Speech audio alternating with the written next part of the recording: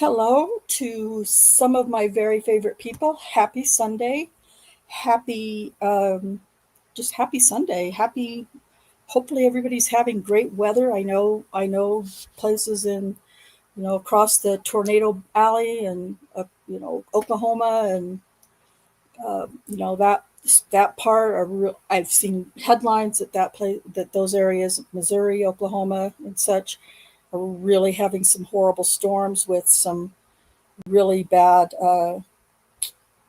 tragic outcomes for some. So, um, to all of those people who might be listening or watching or normally listen or watch, if you're not able to, see us today, our my prayers are with all of you, and I hope that I have a lot of family in Oklahoma, and well, yeah, in the areas of Oklahoma, northeast Oklahoma, and a lot of family in Missouri in those areas. So I haven't had any negative or bad words, from anybody in those areas in my family. So I'm blessed and grateful for that. Uh, but anyway, so to everyone else who's able to make it with us today, sorry for the late start. As always, that's my fault, naturally. Yeah, that's great to hear, Sheila. And by the way, hello, Sheila, and welcome. And I hope that, yes, I hope that you're safe and not in direct paths of danger. So, and Rick also, hello to you. Rick is on the panel with me, of course. And Hello, Cherie, hello. you look great, by the way, after your little rough start to the spring. So I know it wasn't as big a deal to you as it was to some of us, but you look great. You look very healthy, and so that's great news. Oh, I got And some sun. I was going to ask you if you got some sun. You look actually a Yeah, little sunburned. that's what happens when you do 1,250 feet of deck with a power washer in the sunshine. Of what? Power washer? What? Deck, Oh, deck. the Oh, deck on the back of the house. whew. And something tells me, and I don't know why, but are you fair skinned anyway? I mean, I would imagine you've spent a lot of My time outside. family comes from Scotland. Okay, enough said. Enough said. Well, you look healthy. I mean, it does look a little sunburned, but you look very healthy. So that's great news. Cherie will be joining us soon. She had some family drop in to visit her just before we got ready to go live. So um, but I'm hoping that I don't know if anybody saw my last community posts on the channel or not. The one I put up yesterday was intended to be very cryptic and intriguing and make people want to come and watch today just to see who's behind that picture. Um, good afternoon, Joffrey, or good evening. I believe it's well into the evening where you're at, if I'm not mistaken. It's great to see you. And we're happy to have you back again today. Who is this Annie Elise? Well, we're going to talk a little bit about it um, very soon in just a few minutes. I'll tell exactly what we're going to talk about today. Um, but yeah, I should have linked the video, her video, and I will do that. We'll see if any mods in the chat or Rick or Cherie can find her original video and post that in the chat if anybody's interested. I didn't get any links put into our description today, but I can add the links after we're done this afternoon, and so people can follow those links as well. Excuse me. I was getting ready to upload the video, putting on some final touches and uploading the video so that we could just add it to the screen here. I didn't want to just play Annie Elise's video like straight from the internet, so I downloaded it and put some breaks in there that I wanted that the panel and I want to discuss. Um, a couple of weeks ago, I had asked Cherie and Rick and anybody really that's part of the group there, part of that team, to there. I was already seeing a lot of frustration, anger, dare I say, outrage, maybe. The person that sent me the video, I think the day after or the day that it went up, was Under Your Scars. I'm sure she'll be in the chat at some point. And she sent that to me in a private message. And I watched the first 5 minutes and I was very upset. I'm trying to be careful with my words. I was very, very upset. And I only made it through 5 minutes. I couldn't watch it. But before I go, anyway, I'm being my typical me, only a little worse right now. I I went to go to upload the video that I made based on her video for us to watch with you, and as I hit export, it gave me this nice message. The software that I use, this really nice message. Some of the assets that you're using are paid assets, blah blah blah, and do you want to buy them now? And it's a I guess a subscription or an asset program that I pay for yearly, and it's expired. And I didn't know that. So I had to go back in and remove the assets, try to replace them if I could. At the end, when I still have more assets that I had missed, I just said, fuck it, just take them out and until I can get that all worked out. So at any rate, it's that's the reason for us still waiting for this one to render and upload today.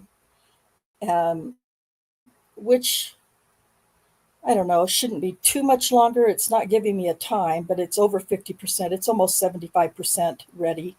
But at any rate, that's okay because we're going to go ahead and talk a little bit about Annie Elise. First off, though, I want to ask Rick what we all kind of made some comments in our group chat and how we felt about it. Rick, since I've got you on the panel here, what were some of your first thoughts and opinions and feelings when you saw it? She knows nothing about the case. Me Right. personally, I think somebody sent her a link to Giger's talk before the convention of court reporters, and she watched that and then just made a video. Right. I don't think she ever dug into the case. Yeah, I don't either. And I do want to I do want to let me go back here. So Joffrey said, "Thanks, Rick." Rick posted Annie's video link in the chat, and Joffrey says he's playing it in another on the other tab. The title tells it all, I suppose. Yeah, it was pretty rough. RP Games. I'm so angry with Annie Elise. She didn't even reply to my comment. Yeah. I did see, so that was something I did do in the, would start making some comments, not disrespectfully. I'm trying not to be disrespectful to her, Annie Elise. I've been sub to her channel for years, and I'm kind of sad because, I've watched a lot of her videos and just thought that, she's giving, accurate facts and information. And and that's not at all what I feel like I saw in the video that she did about Daniel Holtzclaw. So, and Joffrey says, yeah, 1.47 million subs that she has, which is awesome because good for her. But I have thoughts and opinions about that. RP Games, it makes me irritated because I have to doubt all of her previous work, and I really used to enjoy her channel, and that's exactly how I feel.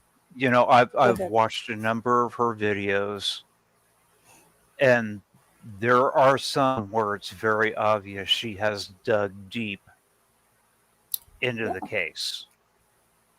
yeah, I just don't into think different. she did with this one. Like I said, I really think somebody sent her a link to Giger's speech, and she watched that and figured that all that information was accurate. Yeah, could be, which we know is not, Oh, and it's we've not talked anywhere about it. near accurate. Yeah, I think he got names right, names, possibly dates. So yeah. Um, so let's see. Yeah, I'm killing time here because I'm waiting for this video to finish exporting. Um, oh yeah, I think I showed that one. Yeah, that's how I feel as well. RP. That's I feel the same way, and it makes me sad because I did. I like Rick said, I've watched some of her videos, and I could tell that there was some deep research, or at least I think, put into to her work, and that's what we do. If we're going to talk about a case, I try to bring is all fact, as much as possible, and it because that's very important to us, our team. And I say it probably every time we do a video. If I don't know something for a fact, or I'm guessing, or I'm speculating, or I'm assuming, I'll tell you that. Otherwise, I'm going to show you facts and evidence that proves that I've done my research on the case. And I agree. RP Games, I also made comments, several comments. But what I do want to say, I want to say hello to my soul's ginger sister. I'm not a ginger, but hi, Just Donna. It's great to see you. Thank you so much for being here. Um, I,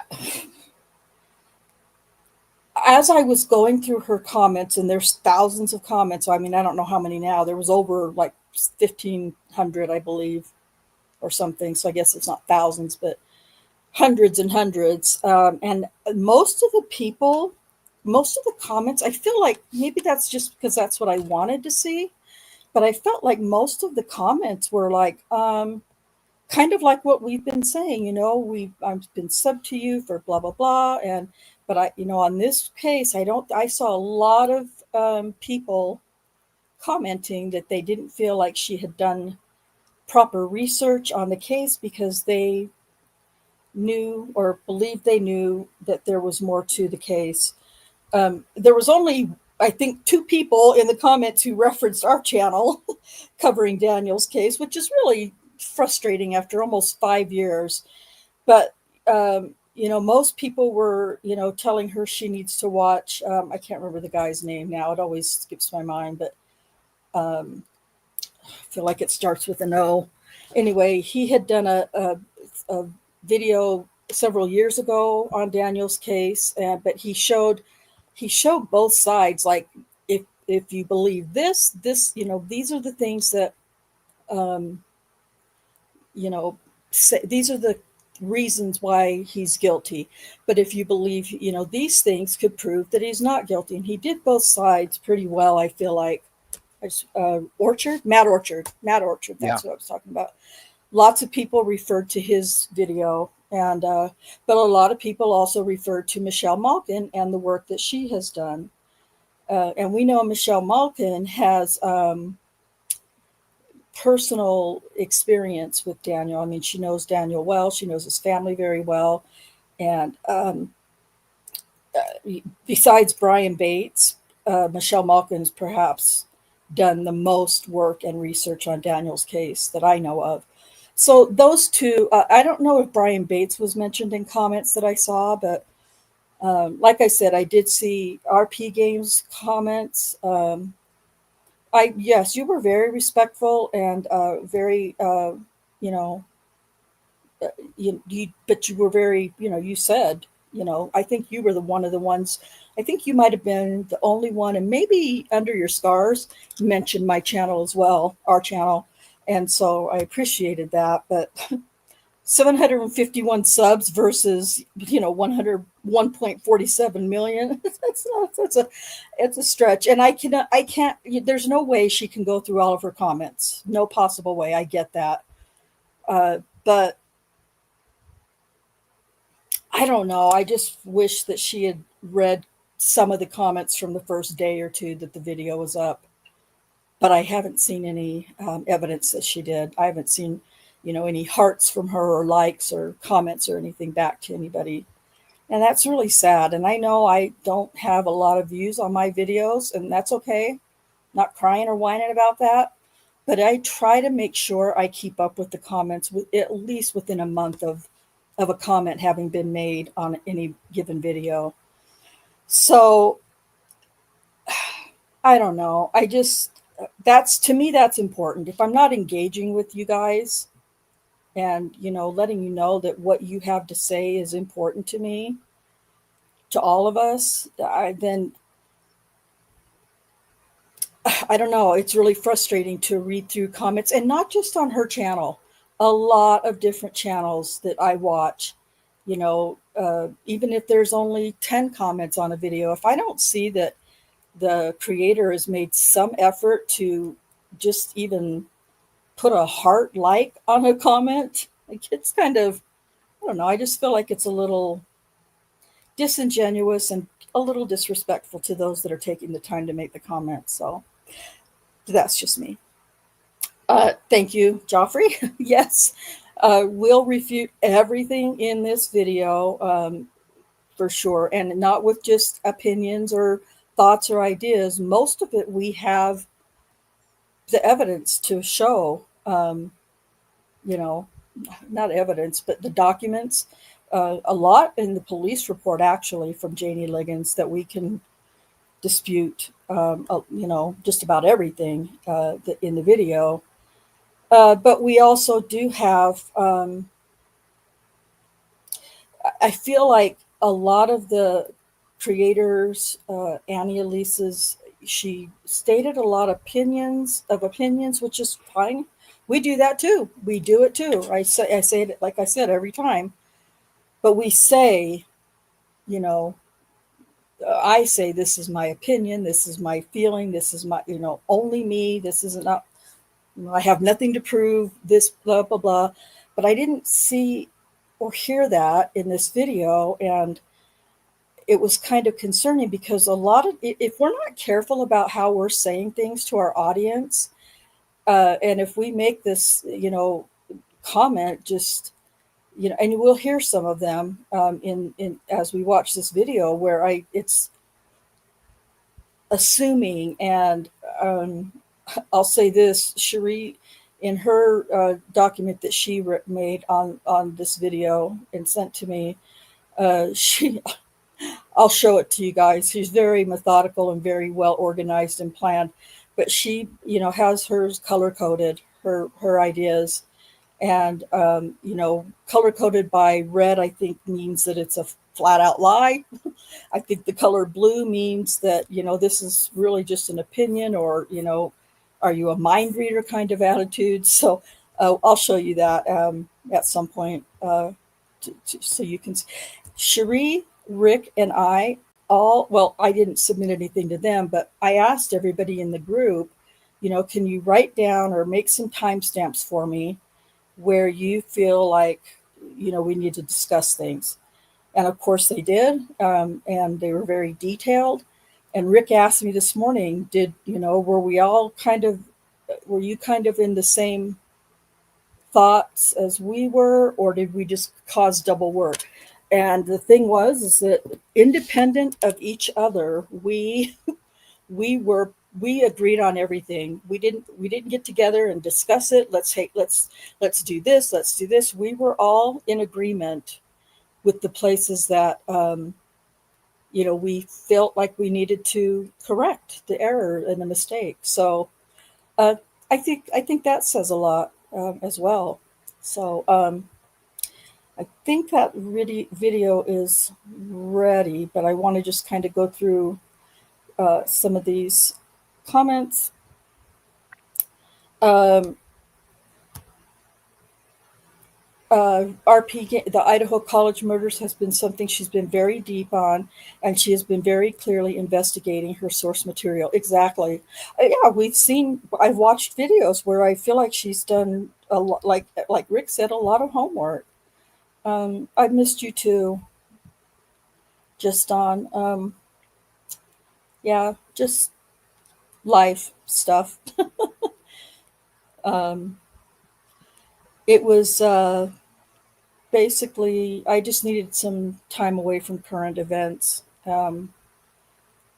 So that's, I mean, I won't bore everybody with my issues, but I just needed time away from current events. That was the one thing I was telling Rick earlier. The one thing I could control in my life about how much time I'm spending watching anything going on in our world or our country. So that's what I just stayed away from. And I focused completely on the uh, Karen Reed trial. And so we were going to talk about that a couple of weeks ago, and then all of this happened, and then Mother's Day happened. And so, anyway, we're going to talk about the Karen Reed trial because I can't say yet that it's a wrongful conviction, but it's certainly a trial that should never have even, in my opinion, have never happened. I watched the first trial from the point of view of as a juror because I knew nothing about the case initially. So it was really kind of cool not knowing anything and then watching the trial from day one. Now I know a lot, like tons of stuff, and watching this second trial, oh, is really, really rough. So this is a more of a distraction. Just watching this Karen Reed trial is a great distraction for me from other stuff. So let's get through some other comments. And uh, Joffrey, no, I wouldn't say she's a Nancy Grace type. I openly despise Nancy Grace. There is a video where Nancy Grace did. I don't remember at what point she was there, but Nancy Grace did make some pretty bold and inflammatory comments about Daniel's case. But even before that, even before I discovered those, I despised this woman. So that's just me I personally. never have liked Nancy Grace. Yeah, yeah, me either. Me either. Well, I did when I first started getting involved in true crime years ago. Then the more I was watching other attorneys and other, as it became more popular and I'm watching other people and I'm going, you know what? This is going to be horrible, but she's kind of a bitch and I don't think I like Hmm. her. I don't think she's very honest. Yeah, So, I'm more of a Megan Kelly type. yeah, I would Megan agree with talks that. about things like that, but she doesn't. She's not nasty about it. Hmm. Yeah, she's I let's mean, see what Rob's RP. another one. Rob's very good at explaining stuff without Yeah. being nasty about it. Um, oh, Yeah, Rob is great. I've completely lost his name. The American attorney that retired to Korea that Mm. died not long ago. I used to Yeah, watch a lot of his stuff. Oh, I for the life of me, I can't I remember know. his I name. can't. I know, and it's right. Like it's in my head, and I can't think of it. Yeah, he just died just a few months ago. Gosh, Yeah, dang it. within the last 2 3 months. Yeah, yeah, I can't remember either. Holler if you remember. Yeah, look, see if you can figure out who that was. Yeah, yeah, yeah. Uh, Jeff Harrison. Jeff.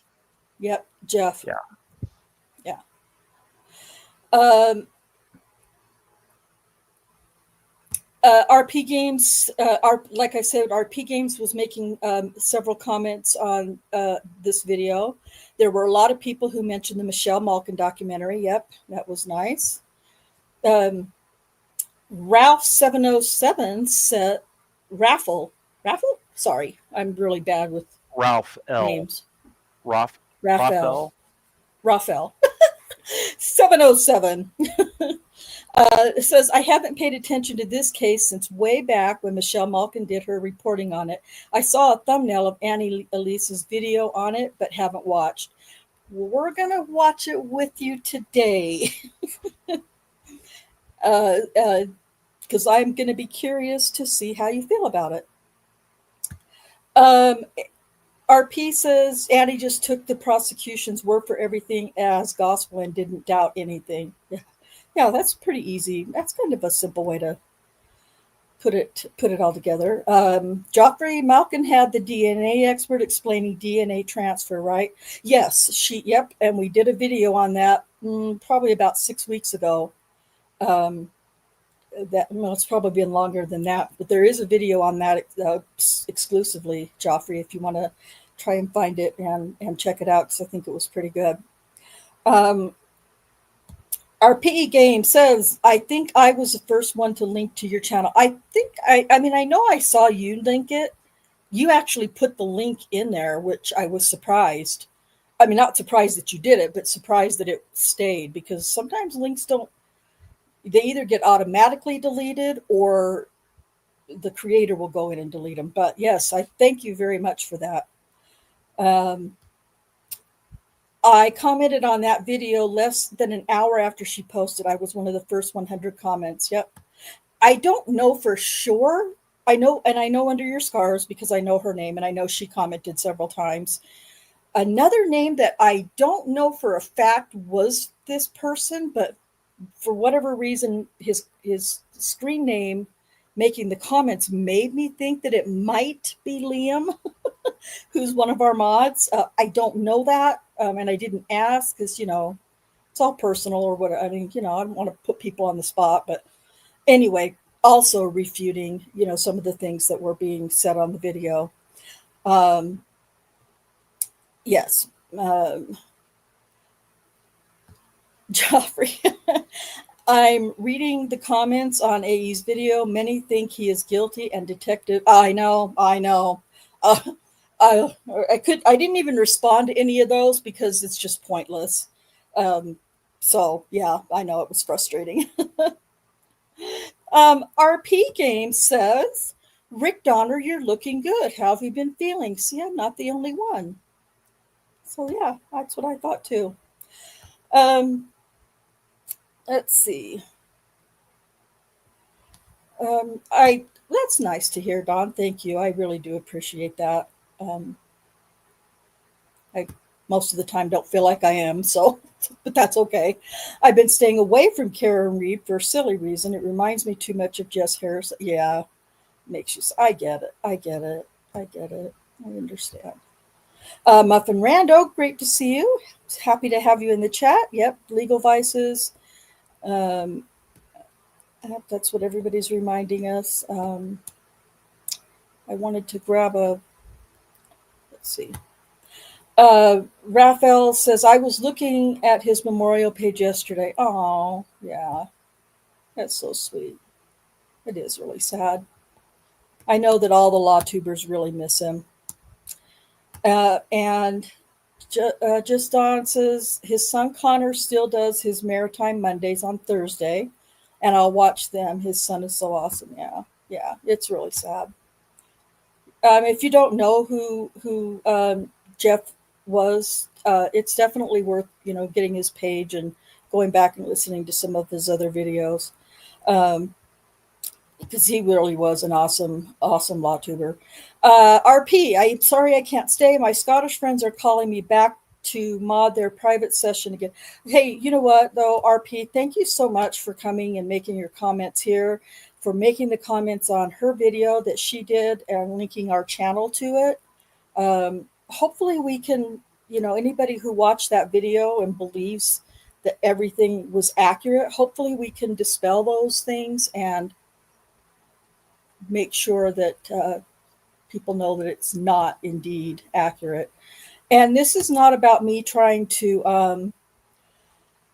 I just want to make this very clear before we go any further. This isn't about me trying to trash Annie Elise at all.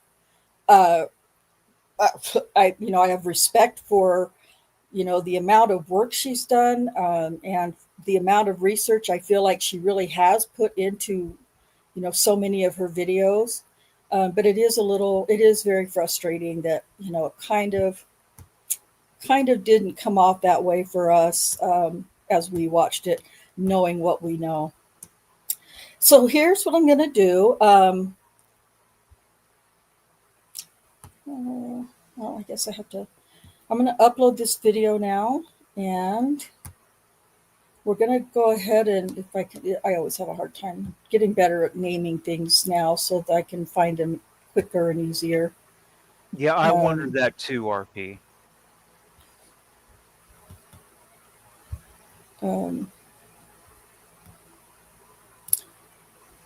Let's see, I missed it.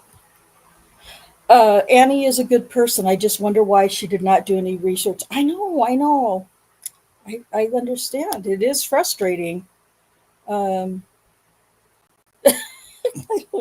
I'm not, well, I'm trying to be professional, just Dawn. Don't encourage me. I'm already snarky and kind of bitchy and, cranky and sassy just when I'm feeling normal. This isn't the time for me to start being trash, calling trash names or anything. I want to be professional. Very hard for me sometimes. So, okay, Rick, are you ready to go? Most of this video, do it. She's so bad. You're so bad, just on. That's why I know you and I could never meet in person and get together, because we would be big trouble for people, for Just let me society. know if you ever do so I can avoid the area. Or possibly Oh, alert the National Guard. National Guard. I know. I just Don and I would be, just the fact that we both start our names with "just" is a pretty good indication that, she and I could tear some stuff up if we got together, and we would be having a blast. Let me just say that too. It would be a loads of fun for us. So yeah, like Rick said, lock down. Okay, so most of this video, I have the places where we're going to stop and discuss, and where I'm going to show you, what proof I do have of different things in here and there. Um, I'm not always the best at, doing the screen share thing, um, but we'll stop and discuss, different reasons and different comments that we have, or different, proof that we believe we have. Hopefully this gets out. If you're on X, I posted this a little while ago. If you're on X, maybe, or you can post it yourself. That's where we're going to probably get some traction, perhaps. I just want to get the truth out. I want to make sure we're rebutting, and showing the proof of, of what we're saying that is in direct conflict with what she has said in the video. It's not to be a bitch. I just want people hearing the truth and not just random thoughts and ideas about the case. So, with that said, we're going to go ahead and get started. Rick, be ready to chime in and give information or comments whenever you see me pause, okay? Or if you want to pause anywhere yourself that I don't have pause, just let me know. And here we go.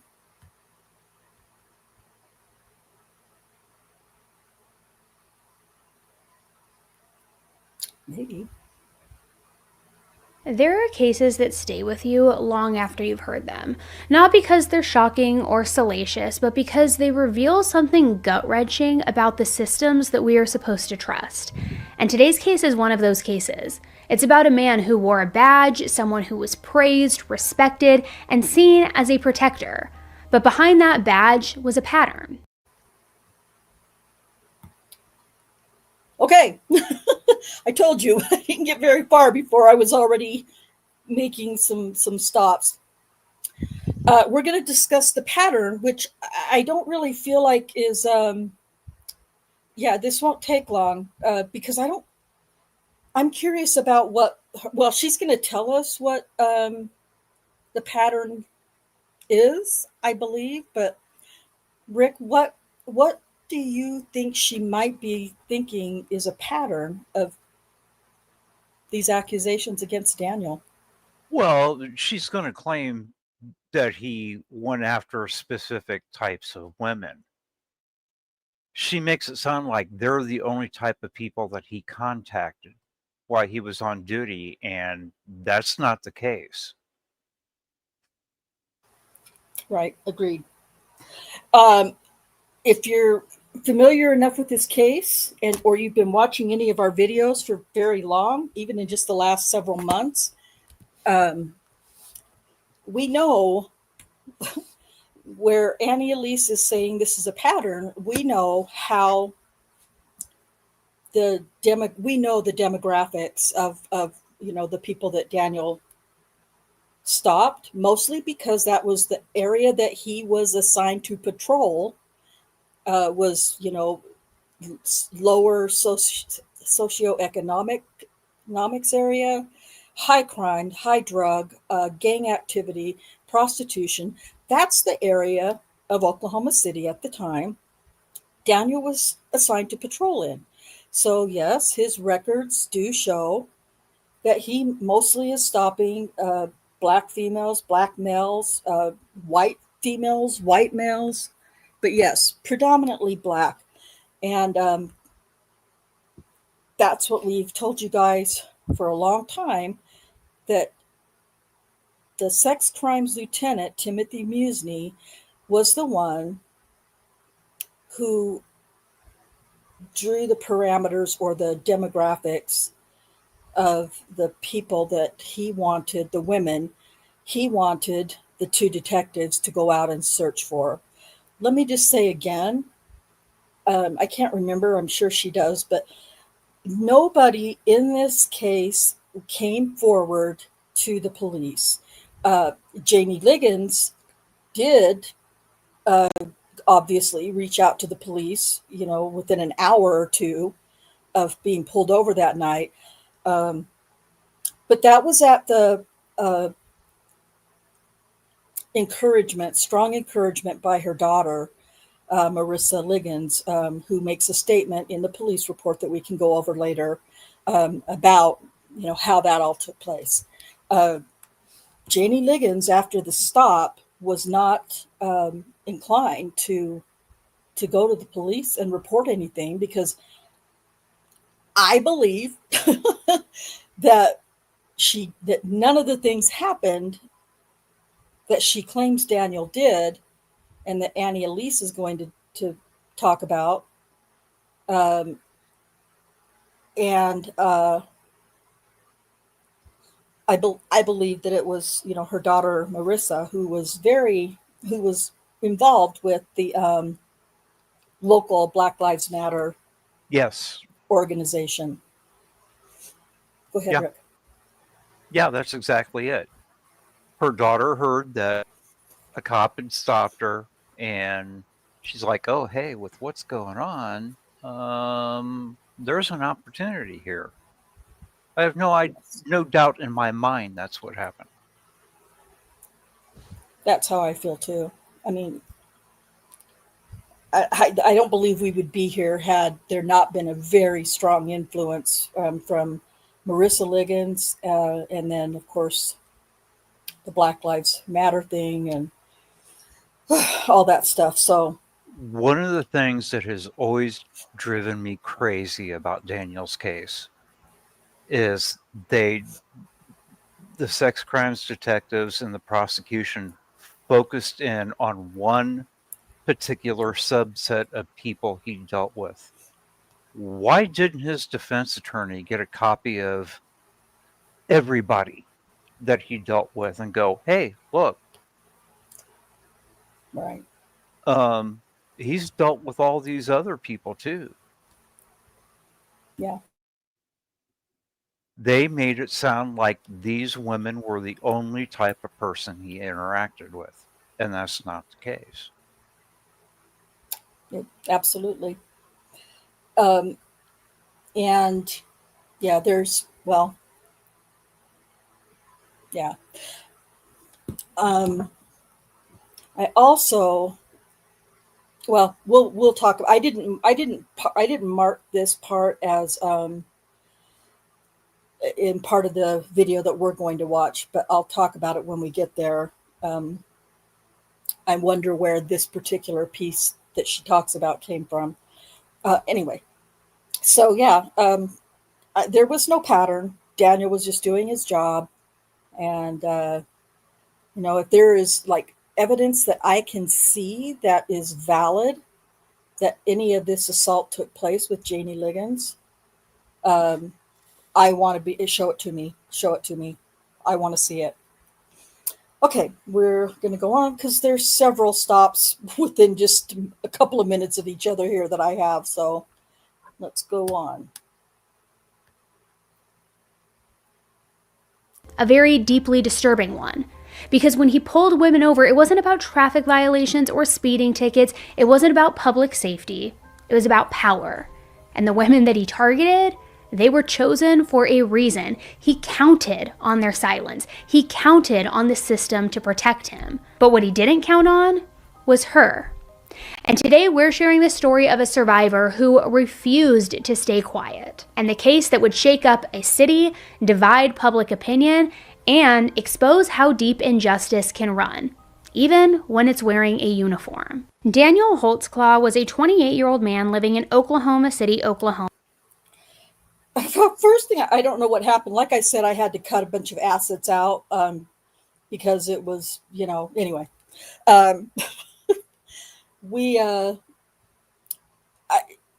the beginning, I don't remember cutting this out because it was a big deal to me, but she pronounces Janie's name, Johnny Ligons, I think is how she said it. And it bothered me. I know, who cares? Big deal. She pronounced the name wrong.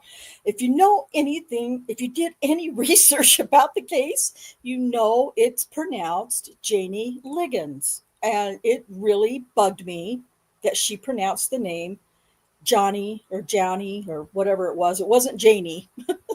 Ligons. It was really frustrating that she couldn't pronounce even the accuser's name correctly. But anyway, carrying on. Back in 2014, which is when the majority of this case took place. He was originally born in Guam, but he spent most of his childhood and teenage years in Edund, Oklahoma. Now, Edund is actually the 9th largest city in Oklahoma, and it's only about an hour and a half north, give or take, of Oklahoma City. He was the youngest of 3 kids, and he was also his parents Eric and Komika's only son. So it's fair to say that him being the baby and the only boy, they definitely doted on him a little bit. Now, Daniel was also biracial. His father was German-American, and his mother was Japanese. But in spite of that, Daniel was your basic, stereotypical, all-American guy. He played football at the local high school. During his time there, he actually set a lot of records as a linebacker for their football team, and he was a really successful athlete. So with the all-American cool guy athlete stereotype, of course, comes some popularity. And it's definitely fair to say that Daniel was both pretty well liked and also well known by everybody in his school. And being that he had played football basically his whole life, he was a pretty big guy and had, big muscles to kind of back it up. Growing up, he even apparently had the nickname The Claw, an abbreviation of his last name, Holtzclaw. So after graduating high school in 2005, Daniel set his sights on the NFL. He accepted a Division I football scholarship to play linebacker at Eastern Michigan University, just kind of chasing the dream full speed ahead. And at the same time, he followed in his dad's footsteps by majoring in criminal justice. His dad had been a lieutenant with the police department, and that left a lasting impression on Daniel. But as much as he gave it his all on the field, it started to become clear that the NFL might not be in the cards for him. He just wasn't catching the attention of the right recruiters. Yet still, after graduating in 2010, Daniel gave it one last shot and he tried out for the NFL. Unfortunately, though, he didn't make the team. So he turned to the degree that he had earned along the way, and he joined the Oklahoma City Police Department. Now fast forward to 2014, and Daniel was a few years into his career as an Oklahoma City police officer. June 18th, 2014, it was a hot summer night even after the sun had gone down.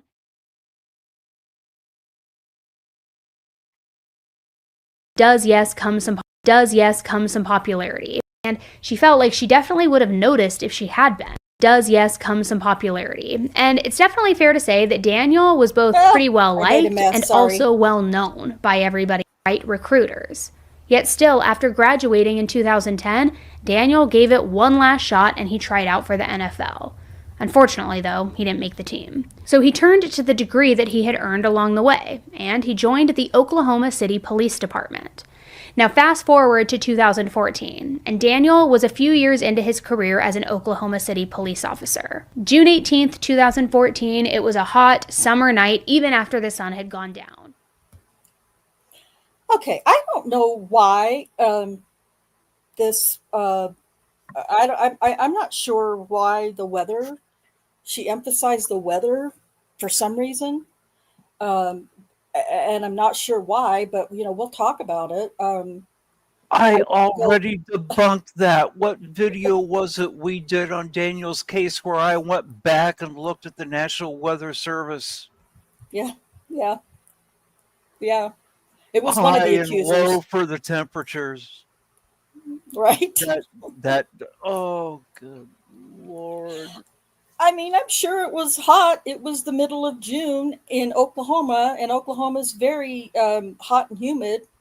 The humidity is very high in that area. So I have no doubt that it was hot, but I don't know why she emphasized this weather thing, because it really never came in play during, at least through Janie Liggins' case. It never was an issue. I mean, Janie Liggins never said anything in everything that I have that talking about the weather, and it's not even mentioned in the police report about the weather. So I don't know why this. Maybe it's just for dramatic effect. I don't know. I don't need drama or dramatics or like anything like that. It was what it was. It was no big deal. So yeah. And Rick did do that. I remember him looking it up. I can't remember which accuser it was, though. I can't remember either, but it's like, it was very hot. It was 71 degrees. Yeah. I remember. Dang it. It hasn't been that long ago, within the last few months. So I'll have to go back and figure that out. Okay, here we go.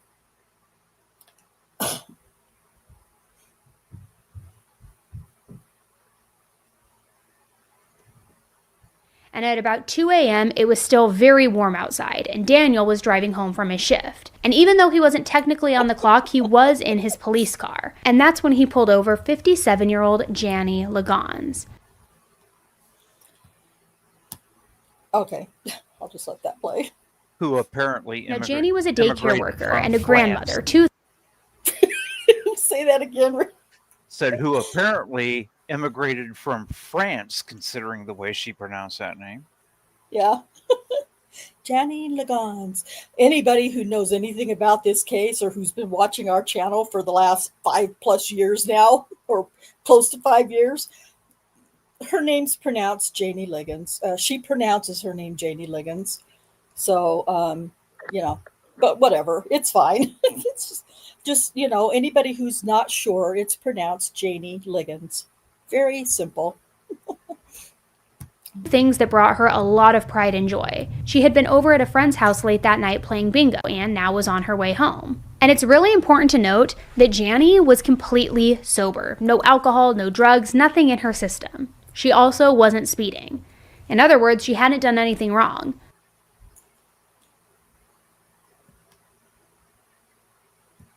Okay, so no, I gotta find is not what she was doing. I'm going to share my screen. We're going to go over exactly what Jannie Liggins was doing, or what she claims she did. We're going to go over that. So this is Jannie Liggins. Oh, let me make sure I've got it on the. I probably don't, because I've got. Okay, I do have it up. Okay, this is Jannie Liggins' police report. I'll make it larger print so you guys can see it. This is what was reported on June 18th, 2014. This is page 1 of the report. And Jannie Liggins was the alleged victim right there. And let's see what the report was from Kim Davis regarding this. Um, let's see. And just so you know, probably sometime in June, maybe the first part of July, I'm not really sure yet, we're going to start going through the trial transcripts by going over we're going to start the whole new thing about going through the trial as it occurred. So anyway, let me read this to you just to clarify what Janie Liggins was doing.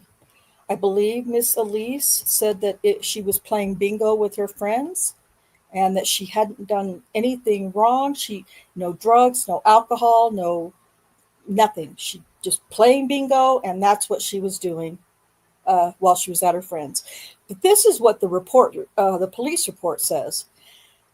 Janie said on June 17th, 2014, she went to one of her friends' house, Mac and Diane. Every time I read that, it's Jack and Diane to me, and I start singing Jack and Diane. So yeah, that's just me. And she went to Mac and Diane to play cards and dominoes. I don't see anything about bingo, but we'll move on. She arrived at their house at 1930 hours, which would be 7:30 p.m. And she said their house is in the area of Northeast 46th and Prospect, which is fairly close to the Spring Lake division, where Daniel's police station was. I heard somebody pop on. Let me add Cherie to our conversation. Hello, Cherie. Hello, everyone. Sorry I'm late. Hey, kiddo. You're okay. Hello. All right. So they were playing cards and dominoes. No bingo so far. This is Janie Liggins reporting to Kim Davis. Okay, she said she had smoked 2 marijuana joints while she was at their house. She did not drink any alcoholic beverages when she was at their house. So there's proof, at least in the police report, that she was taking mood altering substances. She admitted that she smoked 2 marijuana joints while she was at their house. She didn't drink any alcohol. Oh, sorry. And no bingo. Yep, I pointed that out too several times.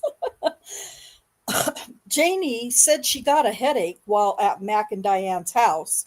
She took 2 pain relief PM pills at about 1:30 in the morning. So to me, that's a mood altering substance. If you're taking PM medication, PM usually means it helps you fall asleep. There's a drug added to it that helps you fall asleep. So that, I think that's proof that she did do drugs, Well, and yeah, she was using diphenhydramine. diphenhydramine. Yep. Thank you. So we know right here that she didn't play bingo and that she didn't drink any alcohol, but she did smoke 2 marijuana joints. And at about 1:30 in the morning, she took 2 PM pain relievers, and she said they're over the counter, and she buys them at Dollar Tree. She would have spent the night at Mac and Diane's house, but she and Richard was her boyfriend, only have one car, and she takes him to work at Chesapeake at whatever 4:15 in the morning. After she took the medication for her headache, she laid down to take a nap before she drove home. Okay, moving on. So I don't know about anybody else, but to me, that is proof that she did do drugs, and she wasn't playing bingo, and she took 2 PM pills that helped her with her headache and helped her sleep. To make you drowsy. And they make you drowsy. Well, yeah, that's the whole idea. They make you drowsy so that you can fall asleep. Sheila, that made me giggle too. And Queen Olive, hey, it is great to see you. Thank you for checking us out today. I know you told me yesterday during Kurt's live stream, or I think it was yesterday, Friday, whatever day it was, that you had already been subbed to my channel. Today, we're talking about a video that was posted by Annie Elise about a month ago or so, maybe 5 weeks ago by now. And so we believe that those of us on the panel believe that there were a lot of inaccuracies in Annie Elise's video that she made about Daniel Holtzclaw. So we're just kind of going through and rebutting some of those mistakes. So thank you for being here. Thank you for saying hello. And let's move on with the video now. So does everybody feel satisfied? First of all, everybody feel satisfied there was no bingo and there was drug use, right? Okay, just want to make sure. But still, at one point she looked in her rearview mirror and she saw flashing police lights. Her first thought was confusion. She had no idea why she was getting pulled over. But she knows, rules are rules, I'm obviously going to pull over, so she pulled over on the side of the road and she parked her car. So that's when Daniel walked up to her window, as we know police officers do, usually when they pull somebody over. So Daniel told her that the reason why she was being pulled over was because she had been swerving, which kind of only made Janny more confused, because remember, she hadn't been drinking. She wasn't under the influence of any drugs. It's not like she hit some sort of icy patch on a hot summer night either. Okay, Rick, you laughed out loud first. Go ahead. I mean, we just went over it. Except for the two joints in the diphenhydramine in her system. Yeah, that's all. But come on, there's no alcohol. Alcohol's not the only thing that will make you swerve. It's true. That's true. I didn't make a stop at this point for what's about to come. I don't remember if it's right now or not, but she talks about Janie, apparently Sheila, you haven't heard anything yet, honey. Sheila, you haven't heard anything. What do you mean your blood is boiling? We're just getting started. You are going to be Mount Vesuvius by the time we are done if you're boiling at this point. Yeah, so it's going to get real. If you take blood pressure meds, Sheila, now would be the time, or nitro or something like that, now would be the time. But I do want to make this point too, and I don't think I made a stop for this, but she talks about Janie saying that I wasn't driving erratically. I don't know. Daniel never said she was driving erratically. The police report shows, and I'll pull it up if you want me to. It's already up. I'll just re-show it. But she says that Daniel said she was swerving. And that's what Daniel said in his interrogation that next day. I saw her swerve. That's all. Not erratic. He didn't accuse her of driving erratically. Janie Liggins never said that she was, worried about. So anyway, it's, again, I didn't make a stop for it, but that's there. Yeah, it does. It does get worse. I'm sorry. It does get worse. Queen Olive, thank you for the info. I don't watch Annie Elise much anymore because of a video she put out early about Idaho 4. It upset me, so I stopped watching her. Okay, well, that's interesting. That's very interesting. Thank you for sharing that. Okay, here we go. Like, what do you mean swerving? She just couldn't believe that she had been driving erratically, and she felt like she definitely would have noticed if she had been. Well, Daniel never wrote her a ticket, which, to be honest, giving her a ticket never really seemed to be his plan in the first place.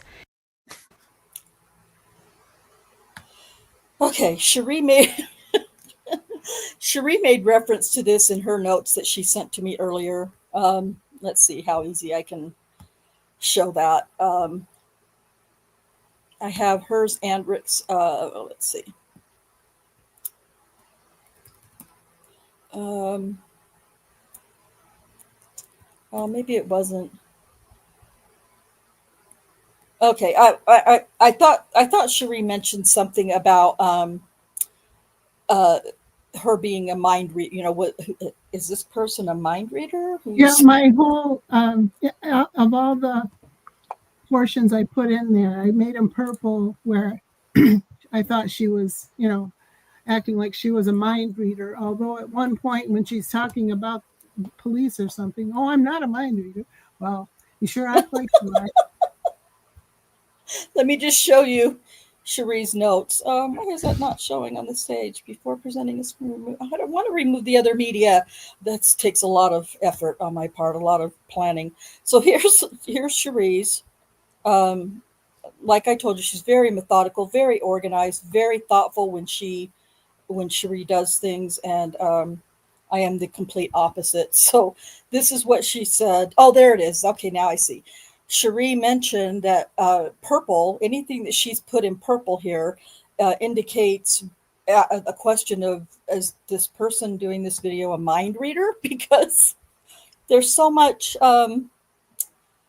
Again, these are, we do it. Like I said, we do this all the time. We state our opinions about things all the time, but we don't say it as fact unless we have proof to back that up. So that was just, sure. Sheree and Rick both did great at bringing out points. So just In on. fact, when Daniel first pulled her car over, he even failed to report it to dispatch, which failed is actually putting it lightly, like he forgot. It was purposeful. On top of that, he logged off his patrol car computer. So there was no record of this stop, none whatsoever. And at first, I was kind of confused by that information. I thought, okay, doesn't it kind of add up that he would have logged off since he wasn't technically on the clock anymore? And maybe he saw someone who wasn't being safe and was dangerous, so he pulled her over? I don't know. But apparently, at least in the case of Oklahoma City Police Department, it's policy for the officers to not log off until they are home. And I guess maybe for instances like this, when there's questions that come up. And when Daniel was later asked why he logged off before getting home, his excuse was that that was just what he always did. Now, whether or not that is true, I don't know, but let me get back to that night. Well, most of you have been watching us for a long time. Is it true that Daniel says that he used to log off every night when he would get off of work? It was policy. That's true. The policy had just been put in or been put out. Let's see. This happened in June. I believe it was May. No, not May. March, February or March. It seems like it was right around the end of February or sometime in February that there's an email showing that okay, this is our new policy, something like that. Right. Yeah. Yeah, definitely around February, the end of February. And it was a directive, I believe, from chief at the time was Bill or William City. And he did send out an email or, to his subordinates, and was all sent to all the officers via email. And that was a policy. Daniel continued to turn off his equipment anyway, and we don't really yet. I might be wrong, and it's possible because it happens that I'm wrong, probably at least occasionally in this case. But I don't know if we had any proof that Daniel actually acknowledged that he had read that email with that new policy or not. Regardless, it was something that Daniel always did. And he states that in his interrogation. It's something I always do. And I would venture to guess, again, my own assumptions and speculation, I would venture to guess that most police officers, or at least some of the police officers with take-home vehicles, probably did the same thing. I could be wrong. I might be wrong. I'm willing to bet they did. Yeah, well, yeah, and Rick would know. Rick would have a pretty good idea. Well, it's muscle memory. Right. Yeah. You've been doing it for years, and all of a sudden they change how you do it, and it takes you a while to train your body not to do something without thinking. Right. Exactly. I agree. My muscle memory is a good way to put it. That's not me commenting. I don't have time to chat, to put things in the chat very much, but Cherie is helping me out. So Cherie is making these very logical comments in the chat. So, and under your scars, I just wanted to let you know that I did bring it to everybody's attention that it was because you had shared this video with me. Whoops, what are you doing, Cherie? Don't be touching other buttons. I don't know I how that suddenly got happened. very big. I know. There we go. Okay. So instead Before we begin, I just wanted to let Under Your Scars know that we talked earlier about, that you were the one that had brought this video to my attention, and, many comments. I believed that possibly you and perhaps RP Games also had commented and put his the link to our channel in the comments there. Well, you know what? I wouldn't say we're fools, but I appreciate your opinion that he was guilty. We've been researching this case for over 5 years, reading all the police reports, all the documents, all the videos, and the transcripts and the pretrial transcripts, and I believe 100% differently than you. But I would never call you a fool for disagreeing with me. But thank you for your comment. Okay, here we go. of giving Janny a ticket, Daniel instructed her to get out of her car. Again, she was confused. She hadn't done anything to warrant being pulled over, and she certainly didn't feel like she had done anything to be searched. It's not a crime to be out late at night, obviously. But despite how she personally felt about this situation, she complied. Then once she was out of the car, Daniel started patting her down. Again, she didn't resist, but she also didn't understand why this needed to happen. Of course, Daniel didn't find anything weird or suspicious during this pat down on her, but he still didn't allow her to just get back in her car. Instead, things took a very unexpected turn. In that moment, almost like a scene from that movie Crash, Daniel instructed Janny to lift her shirt up and pull her pants down.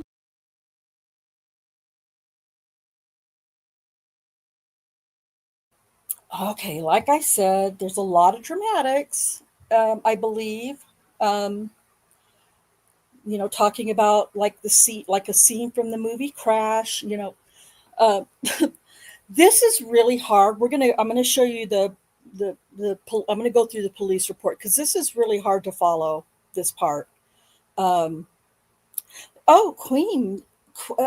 Olive, you should know all the stuff about this case because, sister, it's bad. It's bad. Like Karen Reed bad in our opinion. Let me just tell you, I'll leave it at that because trying to talk about the case in general takes way too long.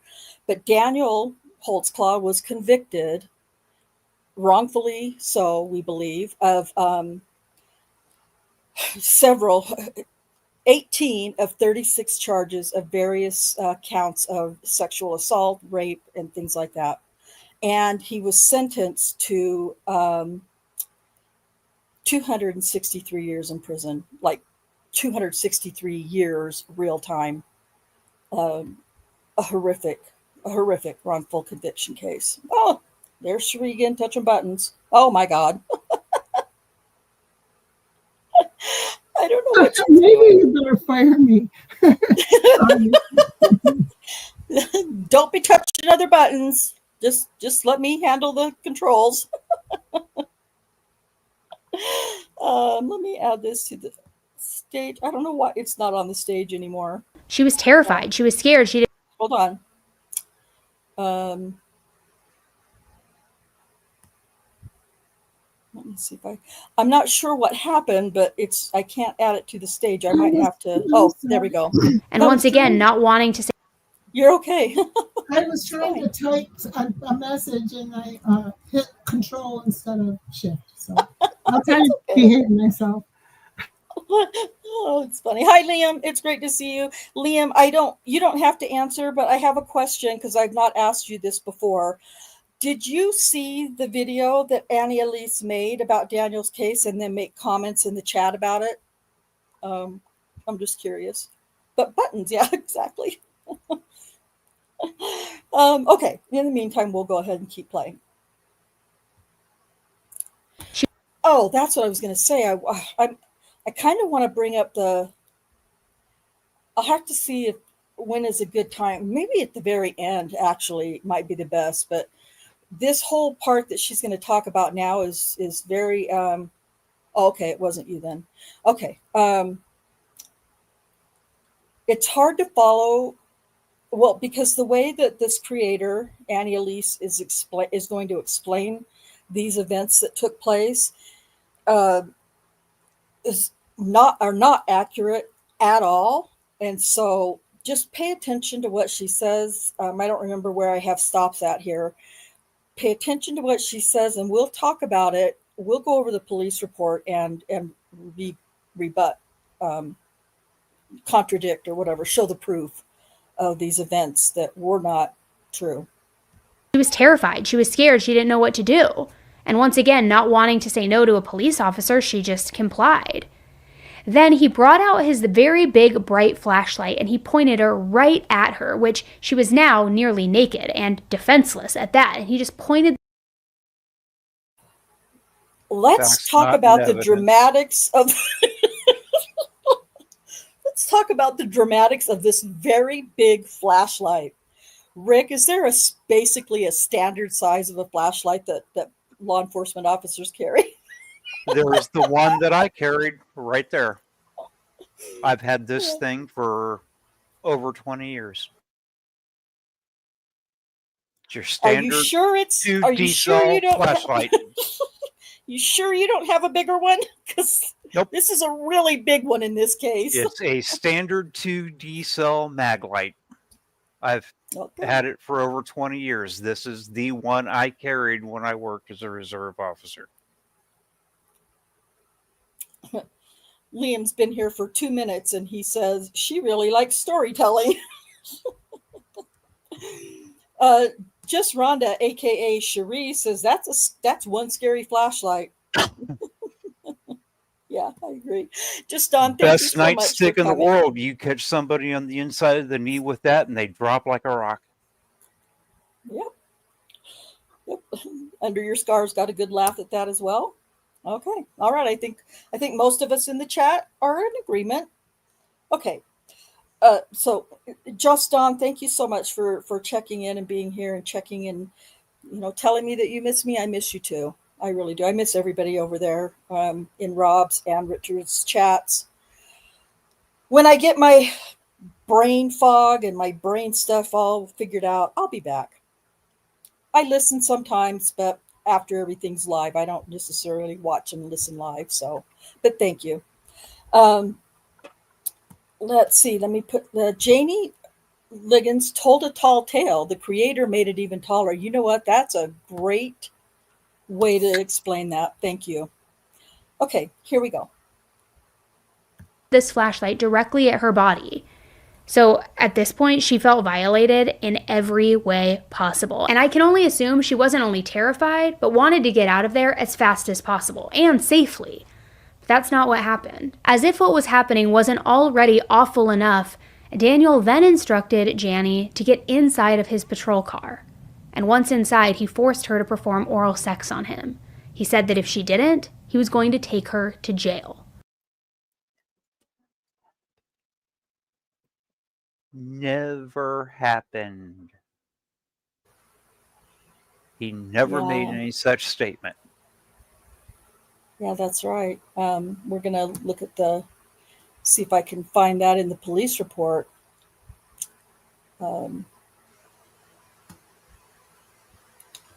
Because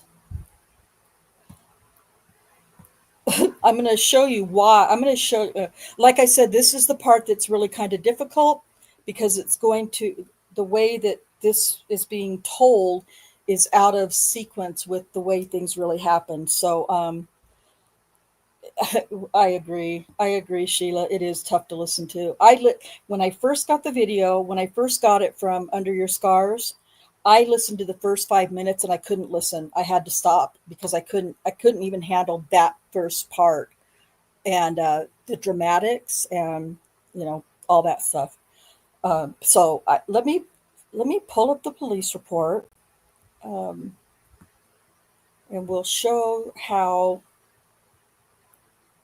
Like I said, I'm going to have to jump around a little bit on this report because things were kind of out of order and out of context. But okay, so she pulled her car over. We got all that, and she says, "This is where Holtzclaw said that I saw you were swerving," is what he says right here.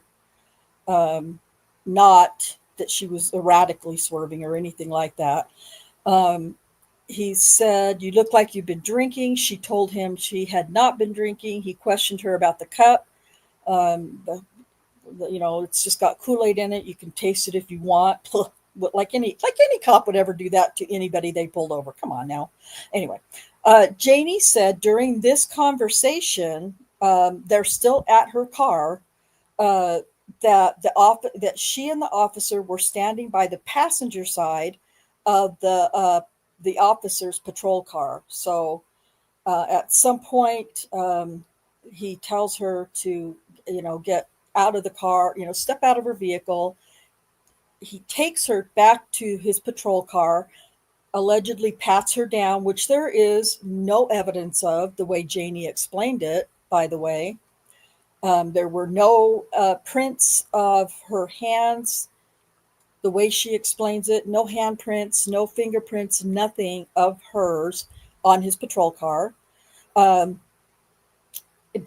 anyway, so he pats her down at the patrol car, and then he asks her to sit down. Once he's made sure that she doesn't have any weapons or anything like that on her, he asks her to sit down in the back of his patrol car, and then he goes off to search her vehicle. Okay, I'll probably have to jump back to that again, but at any rate. Which, by the way, is standard. Right. Yeah. Now remember, Janie was a standard daycare practice. worker. You search them for officer safety. You want to make sure they don't have anything they're going to dump in the back seat of your patrol car while they're in there. And then you put them in the back seat of the car where they can't get away while you search their vehicle, so they're not taking off and running on you. But Rick, it's standard. But Rick, you can't guarantee that they're not going to get out of the car and take off and run. Or is there a way that they can't get out of the vehicle? Yeah, you can't open the back doors of a patrol car from the inside. Okay. At any rate, she was in the back seat of his patrol car, and he went up ahead to search her vehicle. Okay, that's not how this is. For those of you who have a car made after 2012, think child safety lock. Good point. Good point. I never thought of it that way. Sheila, I know, that's what I said in the beginning. Her not even pronouncing her name properly is so aggravating. I know. You know what? I really needed these chuckles. I'm really appreciating the comments here because I never, I haven't had a good chuckle in quite some time. So thank you guys so much. Okay, so anyway, Annie Elise is going to continue to tell her story as she interprets it, in my opinion. But it's going to be really hard to try to refute things that are said because of the way the police report actually was written and said. So here we go. She absolutely loved her job, which, of course, if you're going to work with kids, you need to have a spotless criminal record. So when Daniel threatened to arrest her if she didn't cooperate. Also, I didn't make a stop here, but there is some dispute that Janie Liggins had a spotless criminal record. But that's a very diplomatic way of putting it. I'm trying to be professional and respectful. Okay. Well, I hope not. I mean, this is just being done for, what's the fair use phrase? Commentary, critique, Yeah, something critique, like that. commentary. Yeah, yeah. I'm not just, showing her video and restreaming it. We're making appropriate pauses when we have something that we want to add to or take, to help make the story make more sense. So I don't think so. I mean, I guess we'll see. I don't think I can, but I don't think it can happen, but we'll see. Um, Annie Elise has a huge following, a huge amount of subscribers. Pretty sure she may not even see this. So, that's fine. Either way is okay with me. I can handle it. Here we go. The threat wasn't just that she would have to be arrested, which that would have been terrible in and of itself on its own, but she wanted to keep her job. And she knew that if she didn't keep Daniel happy and do whatever he said, she could lose her job, her whole career. She would lose her reputation. She would never be able to work with kids again. So naturally, she was terrified. And she begged Daniel over and over again, don't make me do these things. I don't want to do it. She didn't want to have to choose between being sexually assaulted or getting her life ruined for absolutely no reason at all. And she even recalled her exact plea to him, saying, quote, "Oh no, sir, you aren't supposed to do this. You aren't supposed to do this to me, sir." But he didn't care. In fact, he apparently told her, hurry up, I don't have all night, which, the nerve. But as if things weren't already horrific enough, she felt certain of one more thing in that moment. That no matter what she did, no matter how much she cooperated or begged for her life, that he was not going to let her leave that night. She just felt deep down that he was going to shoot her, that he was going to try to kill her to cover up what he had done. She had seen enough movies, she had seen enough, 2020 episodes to know how these things usually end, and she was terrified. So because of that, Janny decided to do everything that she could do to make it clear to Daniel that she wouldn't be a threat to him. That if he just let her live, he wouldn't need to worry about her reporting him afterwards. I mean, at least that's what she needed him to believe. So the whole time that Daniel was assaulting Janny, she just refused to make eye contact with him.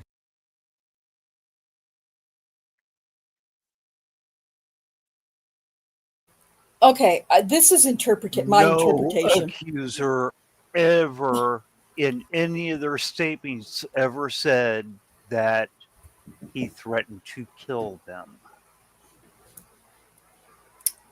That's very true. Yeah. Not in any police reports or trial testimony that we've read. So I don't Liam, I was thinking the same thing.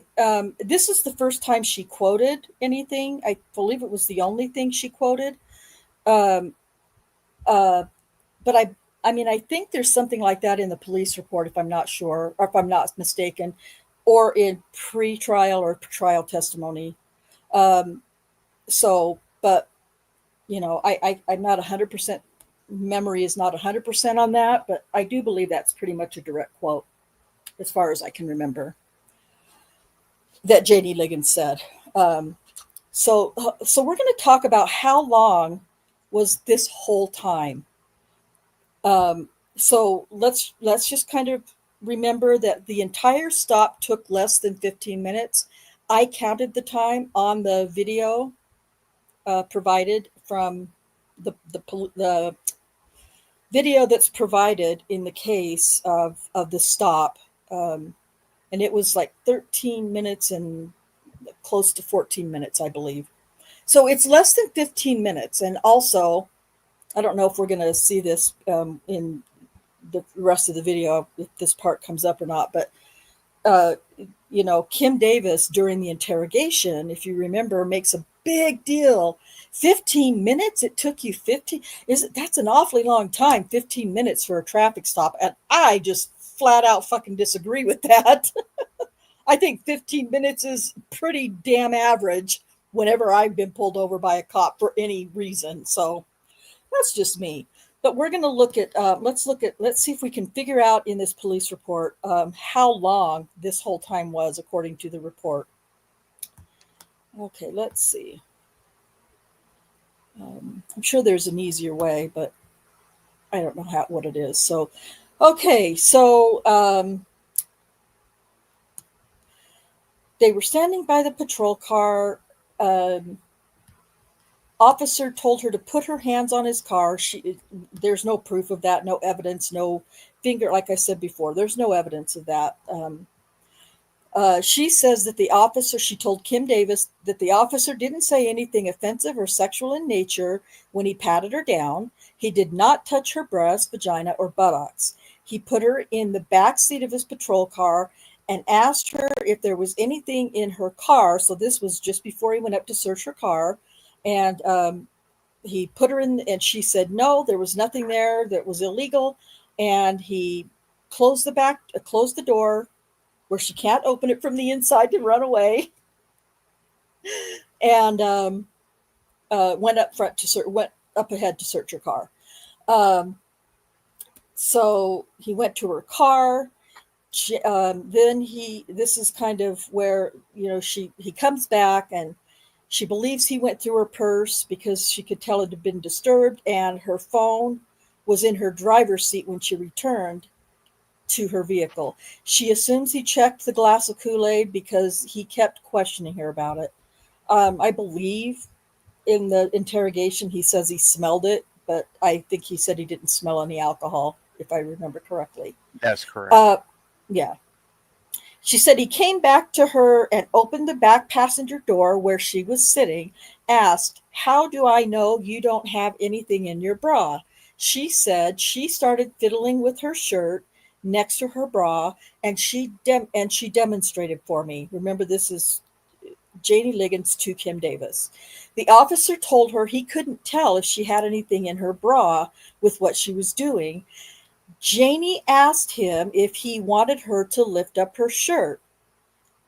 According to Janie Liggins, Daniel Holtzclaw said he told her yes. She lifted her shirt up, and the officer told her to lift her bra up, and she complied, and lifted her bra until her breasts were exposed. She said the officer shined his big, huge flashlight on her breasts. And I can be dramatic and storytell too. Probably not as good, but I can do it too. Sorry. She pulled her shirt down, and she said that the officer grabbed his penis on the outside of his pants. She said at this point he grabbed his penis. Wait, what? She said at this point he grabbed his penis off and on throughout the rest of the incident. She said he wasn't playing with it, just touching it. She could tell he was getting an erection. Now, let's see. Gosh, I've lost track of where we even were in the video at this point, because this is so twisted, this story. Anyway. Under your scars, he can't at this point. The only thing he could sue her for is defamation, and considering the outcome of the trial, he can't do that at this point. The only way he could do that is if he was exonerated. Right. And then I would just think that at that point he could sue all of them, and Oklahoma City Police and the chief and the city, but that's, we'll get there. We'll get there someday. I'm convinced of it. At any rate, I can't. So at some point I know what I was trying to get to, how long this whole incident of the sexual assault occurred. That's what I was getting to. So you got Rick and Cherie. Has she already said that has Annie Elise already said that Janie said that Daniel was going to take her to jail? I can't remember. I think she did. Yeah. Okay. Yeah. Okay. So she said, Annie Elise says that, according to Janie Liggins, Daniel told her if she didn't suck on his penis or whatever it was, that he was going to take her to jail. There is proof in this police report that was never said. It was never said that he would she never claimed that Daniel said he would take her to jail. But what she does say that Daniel said, "I promise I'll let you go." He says, calm down, calm down. He said, just for a minute or so. And she kept begging, please no, when he asked her to put his penis in her mouth. And so to that, she said, Janie Liggins says, he kept repeating, I promise I'll let you go. I promise I'll let you go. And then she says, goes to this whole time. Janie said she thought the officer was going to kill her. So she claims from the very beginning that she thought he was going to kill her. He put his penis in her mouth for just a few seconds. She pulled away and said, I can't do this. The officer said, just for a minute. She kept begging him not to do this. He said, I promise I'll let you go. Janie said she asked the suspect, are you going to shoot me? The officer said, I'm not going to shoot you. I promise I'll let you go.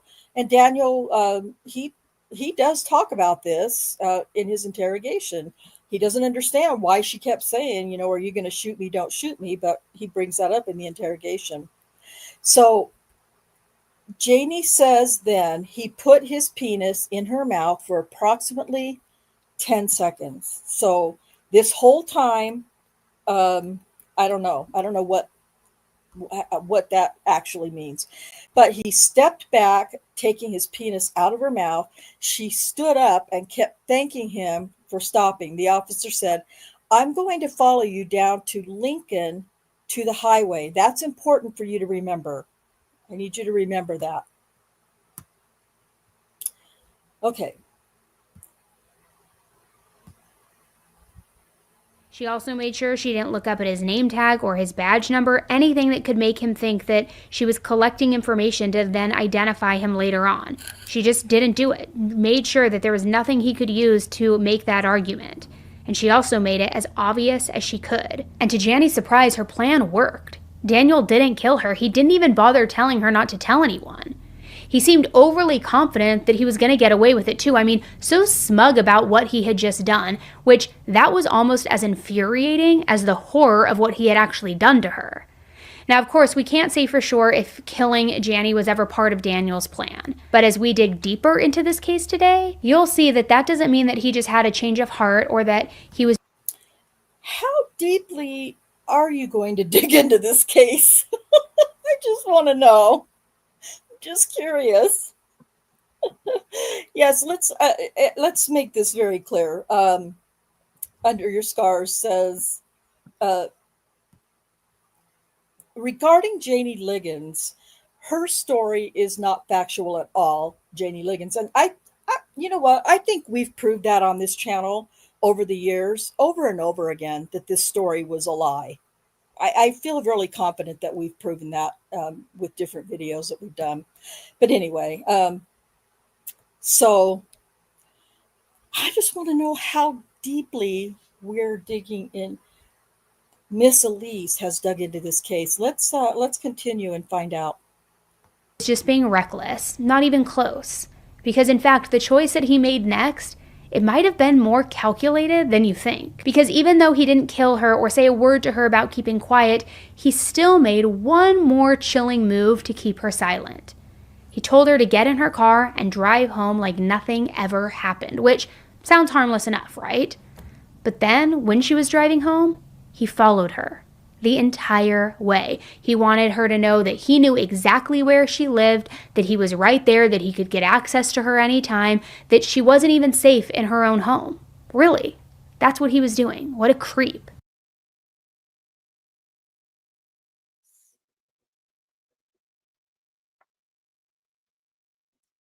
Whoops, sorry, I was muted. We're going to find out in this police report. We're going to read the police report again, find out if Daniel followed her all the way home. According to her. And then we also have proof in the video that was shown of the stop. We also have proof that that didn't happen. So let's go ahead and see what the police report says, according to Janie Liggins to Kim Davis. The officer said, I'm going to follow you down Lincoln to the highway. Cherie and I have been there, right, Cherie? We've been on Lincoln to the No. highway. Yeah. Yeah. So Janie said she got into her vehicle. She went to a parking space and turned around, and the officer got in front of her and her vehicle, and he was flying. She said he didn't follow her at all.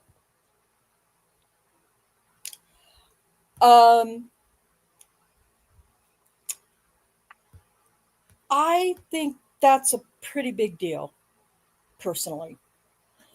That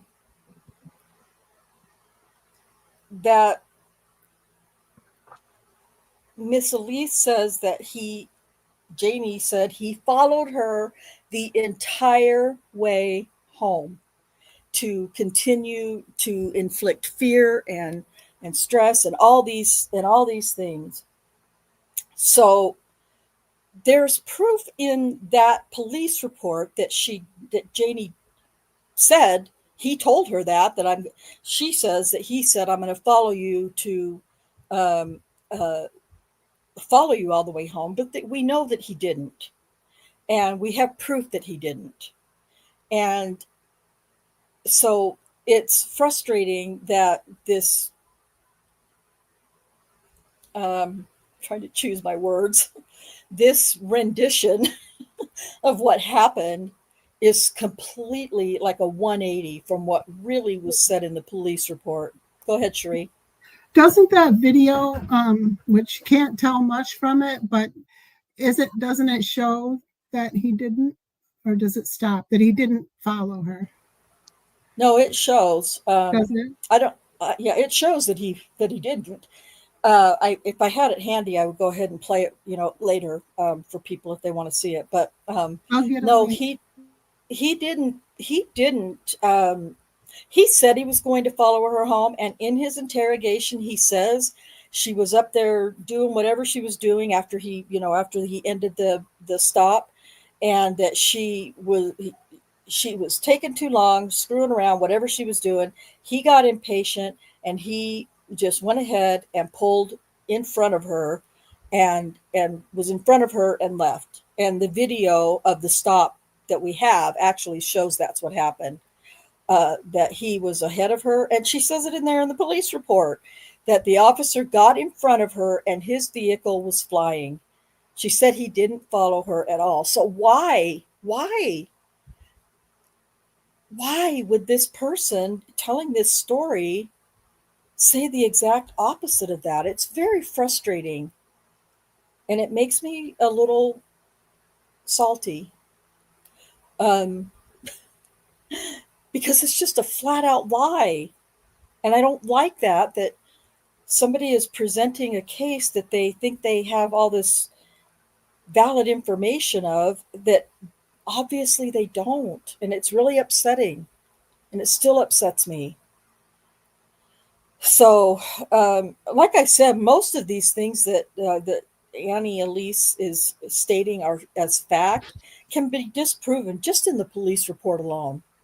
And the interrogation video, which I am kind of disappointed we see so much of.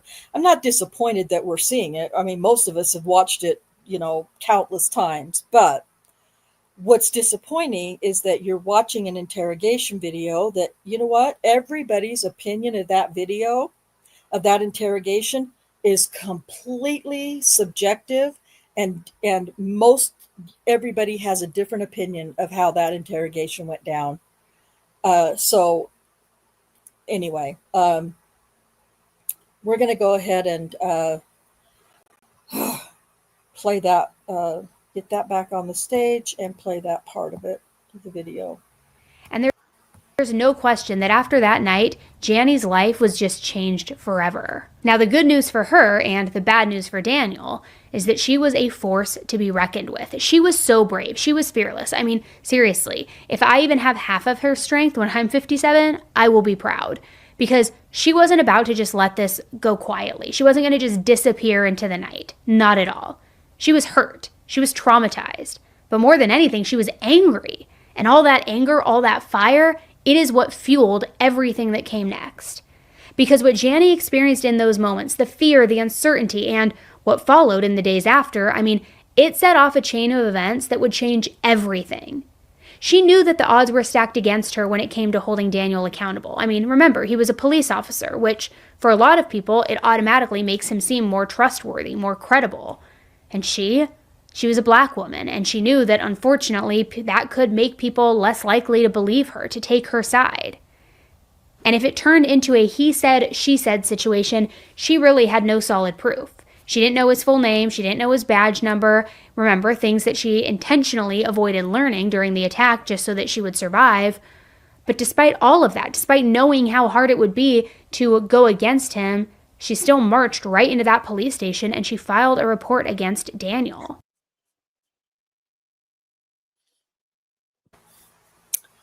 Is that what Janie Liggins did? Y'all? Did she march right into that police station that night and file a report against Daniel Holtzclaw? No. Cherie? Yeah. Yeah, no. She didn't. No. Nothing. Well, you explain it. No, you can explain it. I wasn't prepared to explain the whole thing, but first of all, they never mind. It's train of thought, but she didn't. And most important of all, she did not file anything against Daniel Holtzclaw. That's the most important thing to me. Right. Yeah. She didn't. She didn't file. Didn't she flag some cops down somewhere that were out on the street, or allegedly anyway, that were hanging out? Go ahead. I believe it's in the police report exactly what happened. She went home. She told her daughter, and that's where everything. Now, I mean, I'll listen. I don't know how long the chat wants to stick around. Those of you that are still here and watching, but I can go through it in the police report and show you exactly what happened or what she reported to Kim Davis that happened. That disputes exactly what was just said by Miss Elise. But I can assure you 100% that it is not at all what Janie Liggins said to Kim Davis, that she marched right in to the police department and filed the police report.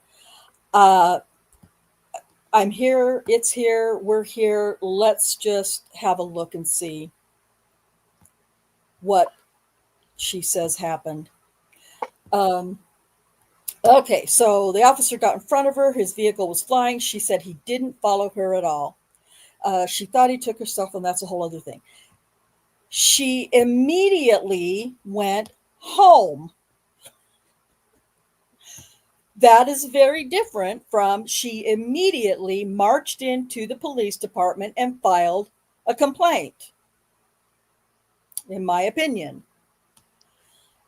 She woke her daughter up and told her what happened. Her daughter kept trying to call the Spring Lake police station, but never got an answer. She and her daughter. Okay, let's just have a look at this. This is kind of crazy. She and her daughter, her daughter's kids, and her daughter's boyfriend all got into the car and drove to the Spring Lake station, but nobody was there. They started back towards their house with the plans of calling her cousin.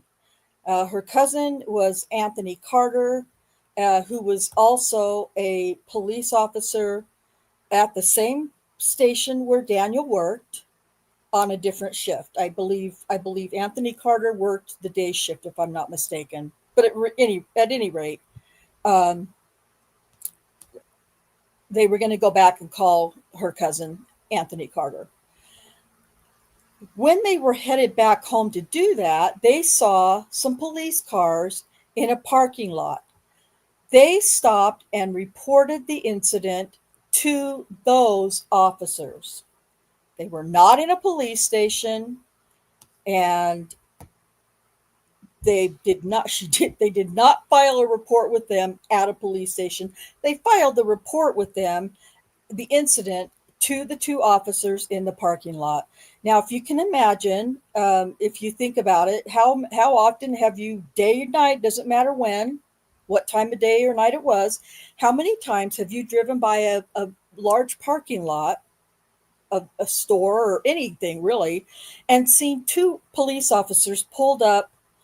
They're facing opposite direction of each other so that their driver's side windows are together so that they can talk.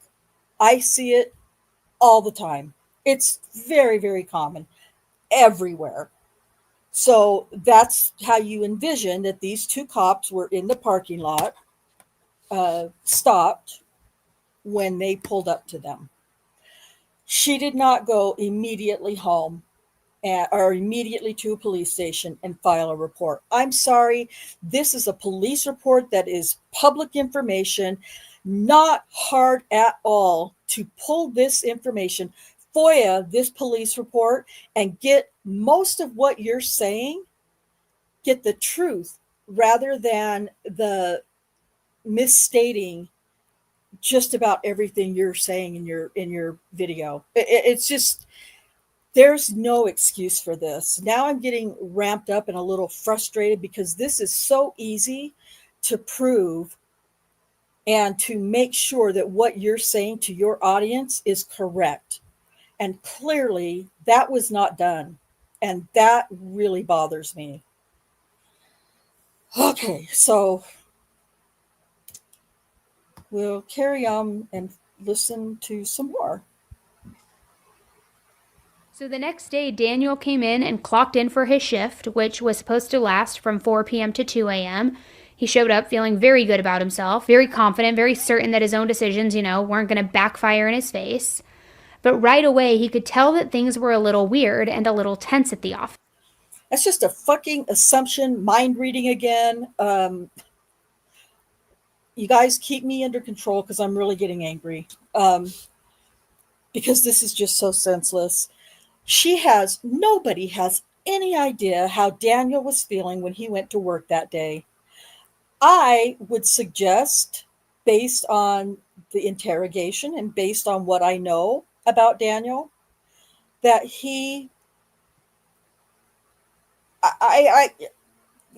nobody can say that he was feeling very good, very confident, feeling smug and egotistical or arrogant or whatever, because he believes he got away with something. There is nothing to suggest that. Yes, I believe she's going to talk about how she felt like,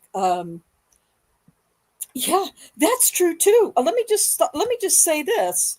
Cherie says much of this police report is on Brian Bates' website, holtzclawtrial.com.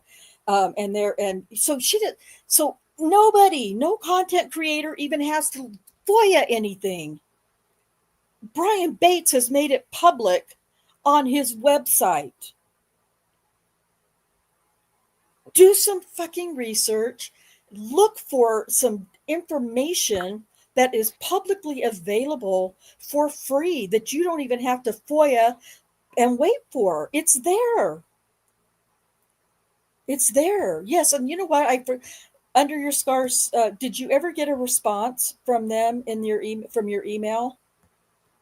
Under Your Scars straight up emailed the team to let them know that, listen, you've made some pretty grave mistakes in your video, I don't know if she ever got a response or not. No response. I just feel like that's so irresponsible. So irresponsible. Okay, but at any rate, let's go ahead. And you know that moment when you walk into a room and nobody wants to make eye contact with you and like the energy just feels off? Well, that's exactly how this was. Before he could even do anything around the office or go out, at one point she looked in her rearview mirror. How do you know? How do you know that?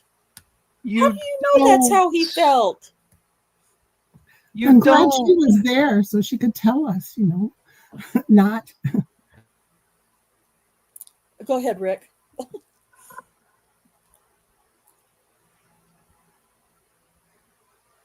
I would like to know where she got any of this. I don't know. Because as I said in the beginning, I've watched some videos of her where it's very obvious that she's done a lot of research. And she's very fair about the information that she's presenting. I don't know where this came from with her. I have no clue. Yeah, it's baffling. It really is, because I agree, Rick. And I don't know, Cherie, if you've. I know that Under Your Scars has watched a lot of her videos. Um, I and I agree. I even in one of the comments that I made finally on her video, I always have felt that you had done really good deep research into some of the cases that you've done that I've watched. But now now I cannot possibly trust anything anymore. I just can't. And that's really sad. And I'm not trying to say that. I'm not asking for an uprising or people to start, to unsub. I'm not asking for any of that. I'm just asking, do the research and present facts about what you're saying, not what you're assuming he must have been thinking when he walked into work on the 18th of June, and what the vibe was like there when he came in. You don't know that. You don't know that. So where did your information come from? I lost the place that we were at, so I apologize. I'll try to find it again. I'm really sorry, because I'm pushing buttons on my computer because I'm so annoyed right now. So I apologize that some of it's going to probably be repeated. But let's see. We must be pretty close.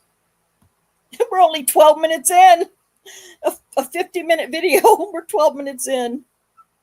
I will Okay. be right back. I've got to go Yep. help carry something in. Nope. Take your time. Take your time. You're good. Despite knowing how hard it would be to go against him, she still marched right into that police station. Then, two of his fellow officers marched him down to a report against Daniel. She said situation, she really had no solid proof.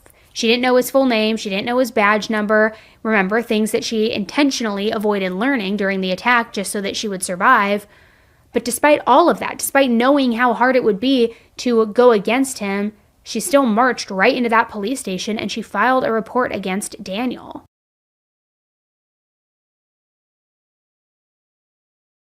So the next day, Daniel came in and clocked in for his shift, which was supposed to last from 4 p.m. to 2 a.m. He showed up feeling very good about himself, very confident, very certain that his own decisions, weren't going to backfire in his face. But right away, he could tell that things were a little weird and a little tense at the office. And you know that moment when you walk into a room and nobody wants to make eye contact with you and the energy just feels off? Well, that's exactly how this was. Before he could even do anything around the office or go out on patrol, he was pulled aside inside. Then, two of his fellow officers marched him down to be interrogated by the department's sex. I don't recall. I could be wrong. It would take a lot more, deep diving into the research we have done to find exactly who and how and all those things occurred that that Daniel was taken to meet with detectives Davis and Gregory. But I don't feel like it was quite the way she's saying it. But that's small compared to the rest of the things that have been stated as factual. So I marched right down to meet the sex crimes detectives. Okay.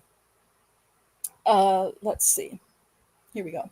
crime unit. And this wasn't just Daniel being pulled over for a quick chat to let him know, that somebody had made these really big claims against him. This interview ended up lasting over 2 hours. Now, during this interview, Daniel stayed somewhat calm, cool, collected. He never shouted, started crying, never got angry, nothing like that. And some would even describe his actions and his words as being very arrogant, very cocky. The interviewer, interestingly enough, later described him as being very robotic, which you can decide for yourself. Well, Okay, so she says that the interviewer described him as being very robotic. That comes from Michelle Malkin's video, if I'm not mistaken. Maybe, like Rick said, possibly the video from Giger that we did a couple of months ago, that video has been taken down, though. It was up for about 4 days, I think, but I've taken that video down. It's private right now. So she may have caught something in that video from Galen Giger, the Notorious video, and I'll be putting that back up again eventually. But robotic kind of sounds to me, Cherie, maybe, or anybody in the chat who remembers,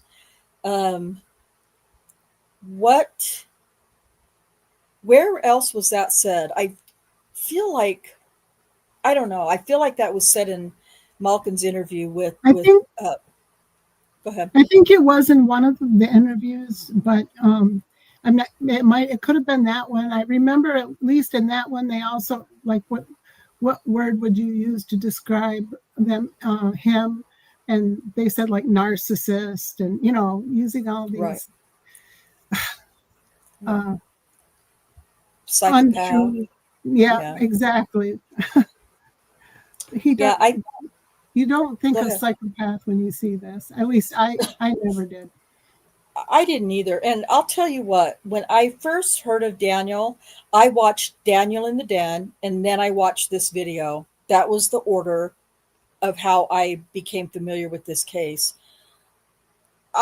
Again, anybody is going to probably, who disagrees with me or us and our opinion, they're going to say something completely different that they see in this video than what we see in this video. So it's really, it depends. It just depends, like which side you're coming in on as far as his guilt or innocence. I'll just tell everybody right now, especially the more I watch it, the more I see somebody like at some point going, what the hell is happening? What am I being accused of now? And getting nervous, being uncomfortable, being nervous about what he's being accused of. And I would say mostly because of the way the detectives, particularly Kim Davis, the language and the verbiage that she uses with him. And I get it. I understand the read technique 100%. I've been trained in the read technique. I also understand, that they're all officers. All three of them are cops, to one level or another. And, it's, to overuse another cliche phrase, it's locker room talk. And I get that that's how they're talking to him. Well, come on, we're all cops here. We can talk how we really talk, kind of thing. I get all that. I get it and I understand it. The difference is that's not the kind of person, not even cop. That's just not the kind of person that Daniel was. He didn't talk like that, generally speaking. It wasn't the language that Kim Davis uses, and ultimately Rocky Gregory. The language and the verbiage that they're using is not the way that Daniel spoke, not in his personal life and not in his professional life, as far as I know and as far as I can tell. So, okay,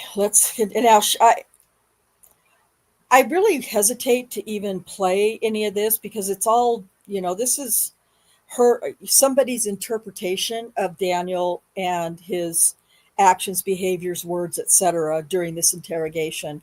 But it's part of the video. There's nothing to dispute in this part of the video, because it is what it is. I mean, she didn't, as far as I could tell, she didn't take anything out of context or top it up or anything like that. It's just her interpretation of Daniel's behavior in this video, in the way I see it. Okay, here we go. It sounds like this is the lady, I mean, this is the deal where she's the complaining party. Okay. And she's making some sexual allegations, obviously, because sex crimes is working it. Right. What did she say? Well, was there anything, an accidental touch, anything? If she thought it, when I pass searched her, but it was nothing as far as I felt like I would do anything as far as sexual or anything like that. For my safety, I just checked to see if the weapons or anything. And to make clear, I didn't touch her butt, but the waist side and whatnot. If you would like me to do it for me to show you. No, and I'm fine with it, and you have every right to do that. Right. She's saying that you made her lift up her shirt, and when she lifted up her shirt, she exposed her breasts. No. Did you ever see I asked her, is there anything inside your bra? And she said no. So I was like, okay. And she said, you want me to show you? And that's all the time I said, no, you don't need to do that. She said she said she was doing this. When you said, is there anything inside your bra? And she was going, no, I don't have anything like that. Did she do that? Yeah, she did, but I didn't look or anything like that. Right. And then she was like, do you want me to show you? I was like, no. She said when she said, do you want me to show you? You said, yeah, and she went, No, I didn't. but could she have been, woo, flashing you? And now you don't want to tell me because you're afraid you're going to get in trouble? No, when I told her no, I said no. Then she didn't go, yeah, No. because sometimes drunk girls are, Having a good time. and no. partying down, and let's face And it, I've already heard stories about officers people and want, whatnot. they so want I don't officers for I didn't want- hubbies so or I said whatever, no. and I said no. but you could have said no. But I'm asking you if she flashed you anyways. I didn't see her. I didn't see her no breasts. boobies? I didn't see her breasts. Okay. What about pants? Nothing in her pants as far as I could see. She was wearing tight jeans. So She said she pulled them down. I didn't see it. You didn't see her pulling them I down? didn't see her pulling down pants. Could she have done it when you were up searching the car? She could have. I didn't Did have she her. have them on I when, didn't have her handcuffed or anything. when you came back to the car and got her out? Were her pants fastened? Were they? Yeah, everything. They was were still, up, and everything was still intact. so you never saw her pull her pants down. No, I didn't. Why do you think she's making this up? I don't know. Did you write her a ticket? I didn't. I let her go, and I said I won't even arrest you for your no STL. Trying to figure out why she'd say that. I mean, I could see her saying it if you wrote her a ticket because she's pissed off. Right. Now, make it quite clear, if you saw her boobs, I don't care if she's flashing you. I did not see. You did not see her breasts. boobies. No, I did not see her breasts. She's saying you shined your light on her. I did not see her. Where do breasts. you keep your flashlight? The west side, right here, right down my radio. Did you ever flashlight out on the traffic stop? I did. When she was going like this, did you have your I flashlight didn't- I on didn't her? go like that. But as I'm out on the radio like this, I have it right positioned over us. But I didn't. Right, As far as but that. did you have it on her when you're talking to her so you can see her? I mean, to was see it her. on her when she goes like this? Maybe she could have Right to construed see that. to see her inside the vehicle. Was the dome light on? The dome light was not on. It didn't come on. I don't know how. Does that come on when you open your back door? It's been too long since I've been in a scout car. I can't recall, to be honest with you. I don't think the back. I don't think it does. As far as the dome light.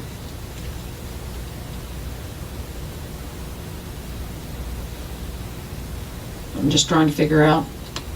Now, you can tell the woman interviewing him just isn't buying it. And look, while I'm someone who's naturally inclined to believe women when they come forward, I do also understand that getting false claims can happen. Sometimes people get angry after getting a ticket. They say things out of spite, just like the detective suggested. But in this case, Daniel didn't even give her a ticket. According to him, the entire stop only lasted 10 to 15 minutes. So if all he really did was waste a few minutes of her time, why would she make up something this serious? Why go through the trouble of creating such a clock? He was in his police car. Damn it. Wow, I don't know why that happens. That frustrates the hell out of me. And I just try to push pause. now I lost my train of thought why I wanted to pause. Damn it. Oh, well. Ugh. Okay, let's see if I can get back to where we were. Oh, yes. Thank you, Liam. Yeah. Why? Why would somebody make that up? Well, we know that Janie's daughter, Marissa, is the one who pushed her mom. I shouldn't say pushed, encouraged her mom and piled her entire family, including her mom, into a car at 2:30 or 2:45, 3 o'clock in the morning, no less. So why I'm mentioning that is because she dragged her kids out to do it with them. She had all these little kids, like 3 kids in the house that they dragged out to go make this report. And so, in my opinion, I believe that being part of the local organization of Black Lives Matter, that her daughter Marissa might have, and Rick and I talked about this in the beginning, might possibly have had an idea like, we're going to start something with this, and there's, who knows why you would want to start something like this, but anyway, and ultimately there's the thought of money had to have come into her daughter's mind, and she brought the daycare with her, and her, money had to have come into their minds. I could only imagine. Yeah, I don't know. We're speculating, but it's a theory, our theory. Yeah, definitely our Maybe. theory, Yeah. considering that, they all had all the accusers had attorneys for a civil suit before the trial was even over. So that's a whole other topic. But at any Good rate, point. let's see if I manage to get us in the right spot here. Dang it. Did you talk about the difference in her description and Daniel? Not yet. Okay. Yeah. I'm just trying to figure out. Now, you can tell the woman interviewing him just isn't buying it. And look, while I'm someone who's naturally inclined to believe women when they come forward, I do also understand that getting false claims can happen. Sometimes people get angry after getting a ticket. They say things out of spite, just like the detective suggested.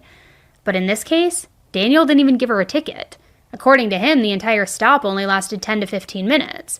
So if all he really did was waste a few minutes of her time, why would she make up something this serious?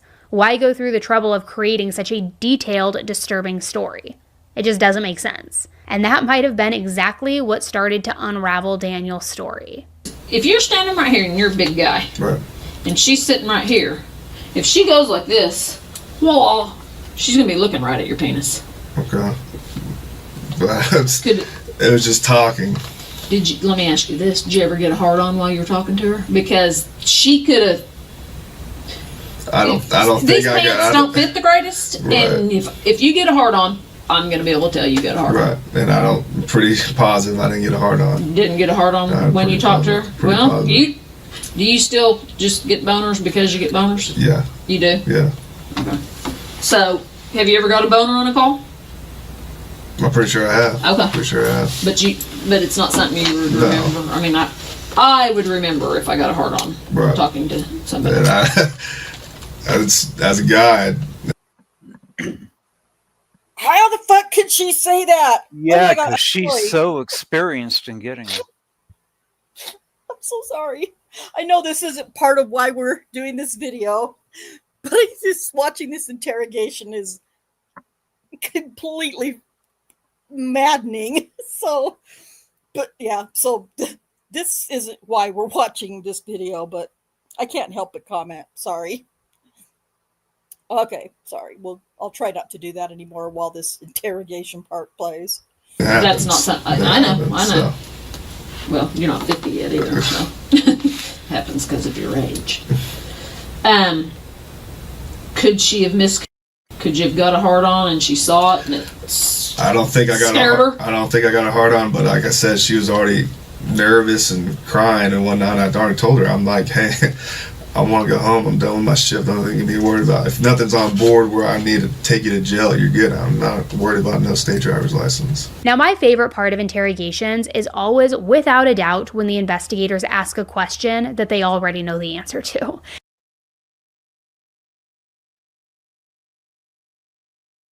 It's like they're setting. Yeah, I guess I just am curious about, I don't know, that was just kind of, and I agree. We all can agree that, attorneys and cops usually don't ask a question if they don't know the answer, especially in court. We know that that's a thing. Unless your name is Marsha Clark. Yeah, I guess. Yeah, true. So yeah, just, but let me just tell you, the only proof of this, if you read the entire police report for Janie Liggins, the only information that they had was that Daniel stopped her. He didn't have on his equipment, his AVL. He didn't have his computer on. He didn't call it in. He didn't write a ticket. And he let her go. He did a pat search and put her in the back of his patrol car while he went up front to search her car. And all of that, and that the story that Janie Liggins reported and told at the hospital and during the report with Kim Davis. That's all the information Kim Davis has. So I don't know what is being suggested here by her having information that she has answers to, that she's not catching Daniel in anything, because there's no information that Kim Davis has. So for Miss Elise to be suggesting that Kim Davis has all these answers about what Daniel did or said, or there is no information. That's it. I've told you the information Kim Davis has. Let's see what else Miss Elise says. A trap, right? Giving the person just enough rope for them to hang themselves. And in that department, Daniel's interrogation did not disappoint. Did your pants come unzipped, unbuttoned, anything while you were standing right there? No. CSI is processing your car right now. Right. And when we stepped out, they found some pubic hairs right in here. Could they be yours? No, that's not. I didn't pull my penis out. I didn't do anything right there. Did she? No. Do you think they could be? No, it's not. No. Nothing of mine. Your pubes couldn't be? No. Right there? No. Has your penis ever been out by your car? While I'm working? No. Not working? No. Have you ever had sex in the backseat of your car? I have not. Because, I mean, some people do. You know, I mean, I'm not saying forced sex, consensual sex. Right. So your penis has never been in your backseat? Mm-hmm. Is it possible any of this DNA is yours? No. It's not. That's. I would like to go at it. Not my DNA. Are those pubes going to be yours? No. No.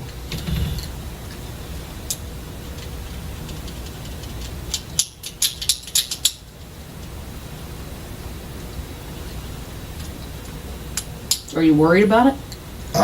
This whole situation I'm worried about.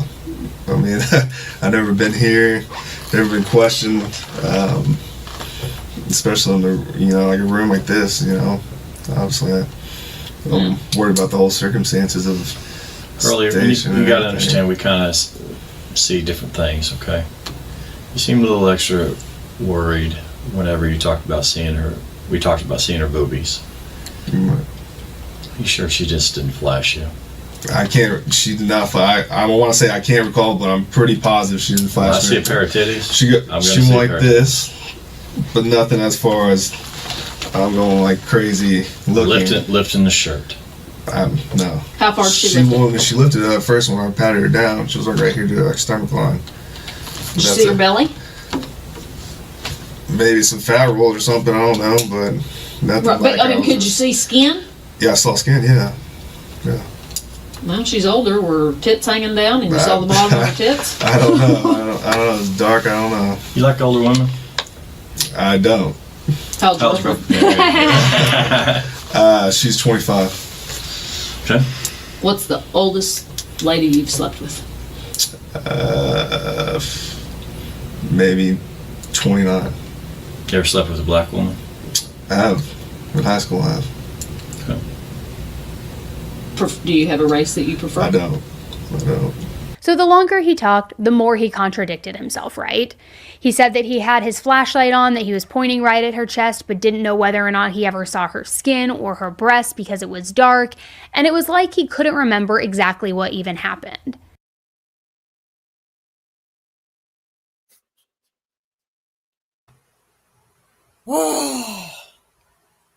I just hate watching this video, this interrogation.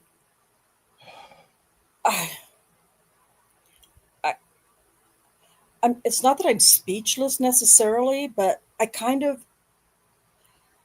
keep having to remind myself that this is we're discussing a video that another content creator has posted with no factual information in it.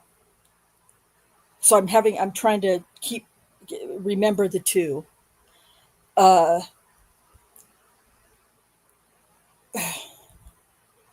me just grab a couple of these comments. Yes, I can no longer watch those guys either. They were horrible about Daniel's interrogation.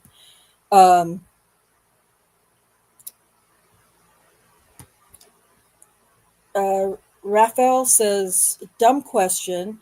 He really needs, yeah, well, no, it's not a dumb question. We all know that from the very beginning of this. It's obviously something Daniel regrets, but can't change, that he didn't ask for an attorney to be, I just can only imagine he never expected when he first went into the office with these two detectives. I can only imagine, not in his brain, I'm not a mind reader, but I can only imagine he never for 1 second thought this is where this conversation was going to go. Yes, at some point he should have said, I want an attorney, but he just didn't. He didn't. He should have known better. Of all people, he's a cop, he should know. But he didn't do it. So, yeah, it's not a dumb question. It's an absolutely valid question or thought. Yes, Sheila, we're speechless too. We're speechless too.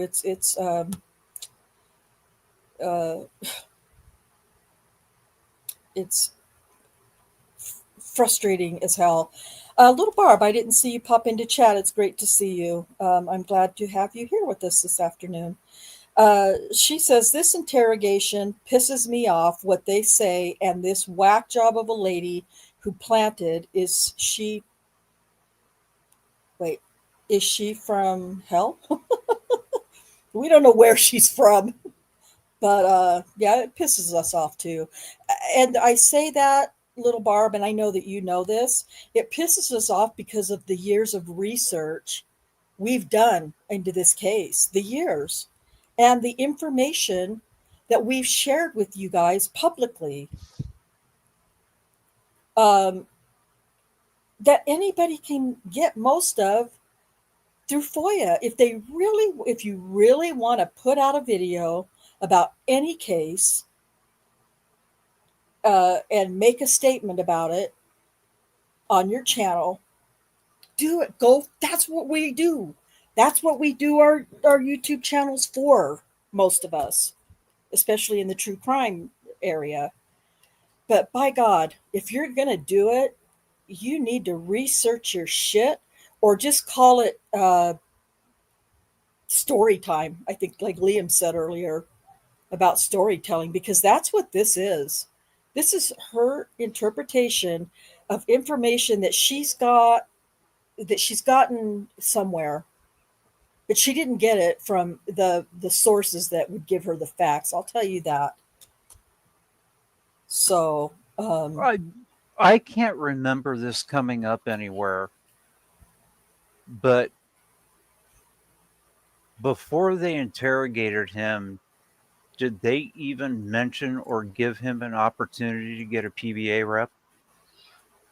yes, well, in the very beginning, Kim Davis had him, read the waivers and sign them, and he did.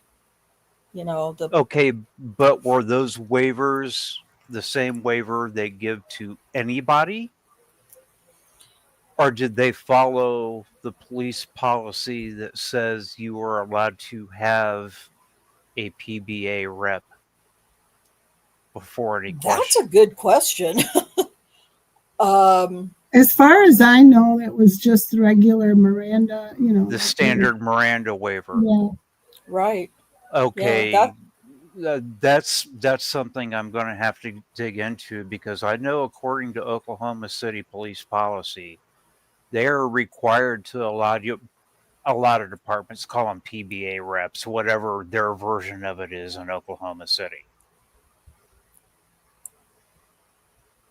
Yeah. And he should have been offered to be able to get one before he was questioned. Specifically, yeah. Yeah, that's a good point, Rick. That's not something. Yeah, like Cherie said, I don't have proof of this, I guess, but I mean, I don't know. I don't think it was an offer of an FOP representation. If it was a standard Miranda waiver, then there would have been nothing about that rep on there. Yeah, as far as I know, it was a standard Miranda. I'll have to look, I guess. I don't see if I can even find anything that we might have to indicate. But that's a good point. Yeah, that's definitely something to look into. Okay, so I says here, let's discuss the contradictions. There are everything so far. I believe we've been able to show you the contradicting fact of each statement, that we've seen in this. So I don't know that other than the police report, I can't, I have more. We have pretrial transcripts. We have trial transcripts as well, to show contradictions as far as that's concerned. And we've done that where we read the police report, then we read through the pretrial transcript, and then we read through the trial transcript, to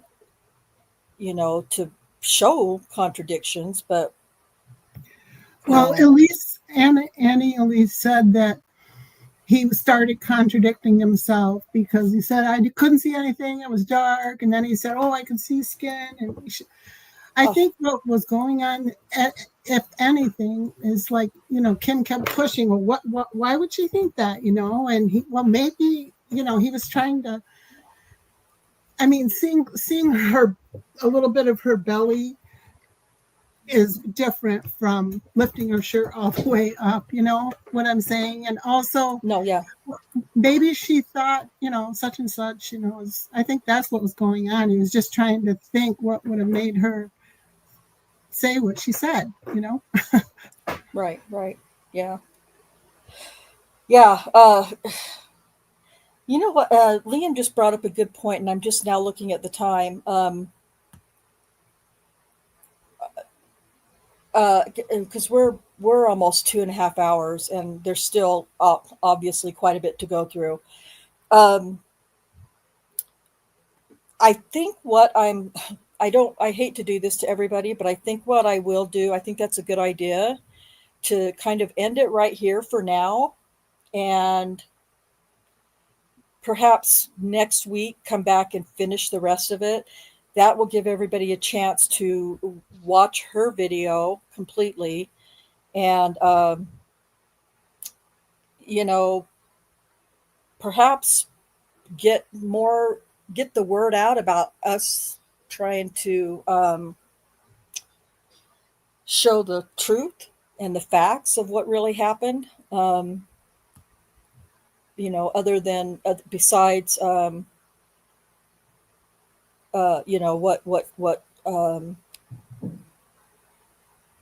Annie Elise has said. And yeah, I agree. Because this does get more, there are a lot of things we can contradict, and I really want to give it the attention I feel like it deserves. And like I said, we've already hit 2.5 hours. So I think it's probably a good place to stop. And, not that I don't have the information, but I want the discussion, and I want to be able to, show for sure. And that's a great idea, to,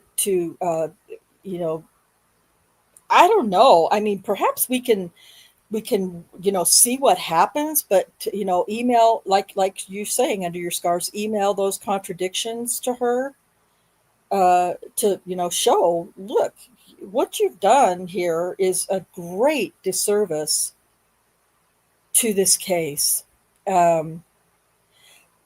mean, it would be better to just not have said anything at all, not to have made any video whatsoever, than to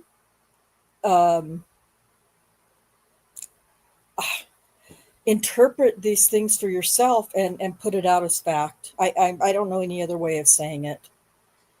So, I don't know. I kind of feel like that's a good idea, because we do have a lot more to go through, really, to be honest. And so, I don't know. It's very difficult under your scars. It is very difficult to have respect for anybody who we've had a lot of respect for in the past, who has made such a huge mistake regarding a case that they're tackling or taking on, that they don't have it. And there is just no possible way, especially when a good amount of this video, her video, contains the interrogation video. There's just no possible way for somebody to be able to really put out a good video about this case in less than 50 minutes, in my opinion. And I believe in everybody's opinions, for sure. And yeah, it is really hard to, it's just like when you have trust and faith in different people in your life, for instance. Look, take your own kids. I mean, if you have a kid who is, has a real problem with lying or stealing or whatever it might be, or somebody in your life who you've had contact with, or even a family member, or, friends who you believe, were really great friends, and you've had all this trust and faith, and, you've trusted them with your ideas and just different things. And then one thing, one lie, one activity, one behavior can really destroy that trust and faith and belief and loyalty that you had for them once. And I don't know, like I said, I'm not trying to get any of her followers to, and maybe people don't care. Maybe they feel like they can have all this great success with their content and their channel and their information that they're putting out, and that their information is valid and well researched. Maybe they feel like they can just throw in one video that they really don't research and nobody's going to really pay attention to.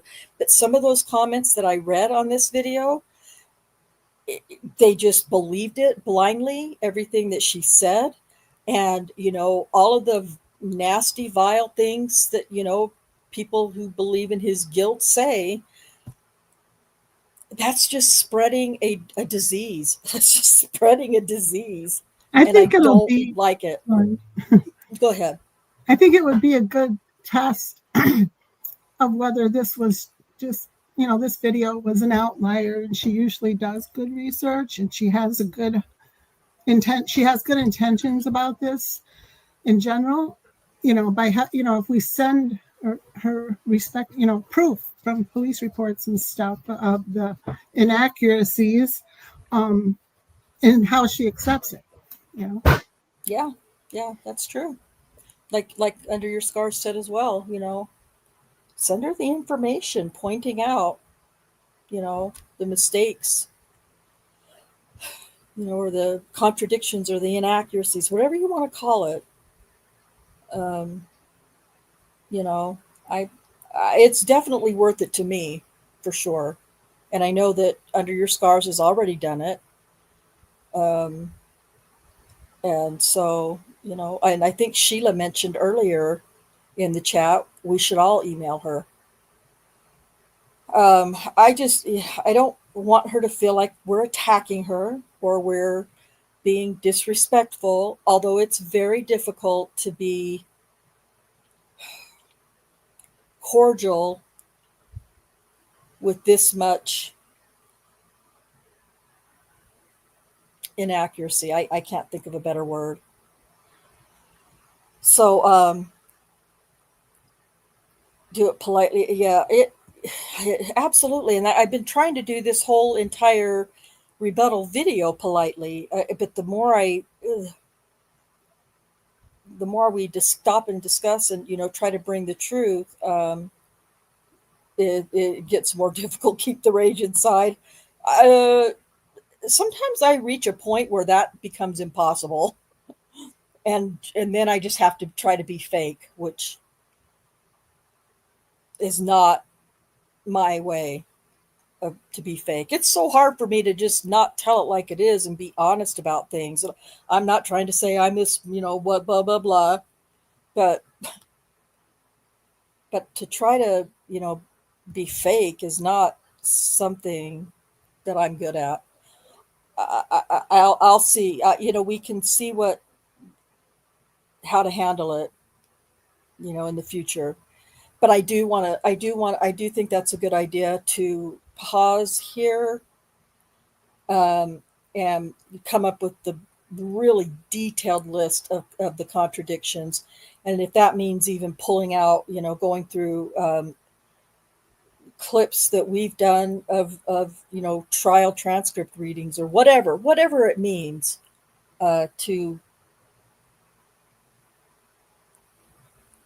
do an even more exceptional job of pointing out the inaccuracies, not pointing out that she's a bad person or anything like that, but man, you don't want to, you know what, to be fair to her, it could be as simple as she got bad source material when she looked it up. right. Yeah, absolutely. And that's my hope, that it's just something that it's just that she just got bad information. And if you don't know the facts and the truth of this case, it is a very, very compelling case to be talked about, but not in 50 minutes, and not when 20 minutes of that or 15 minutes of that is comes from an interrogation video. So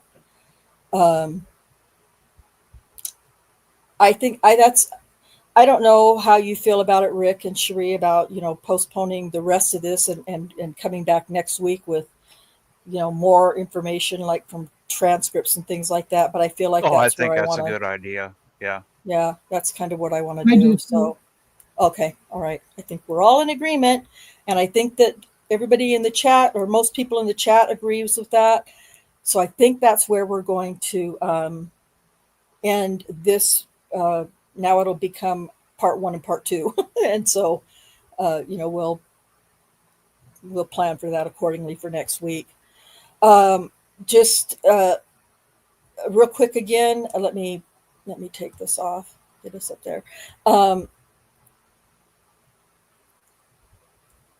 Let's see here what Liam says. Rhonda had been in chats for a while telling everyone about this. I decided to do some actually simple research to make sure that misinformation wasn't being spread on a channel I modded on.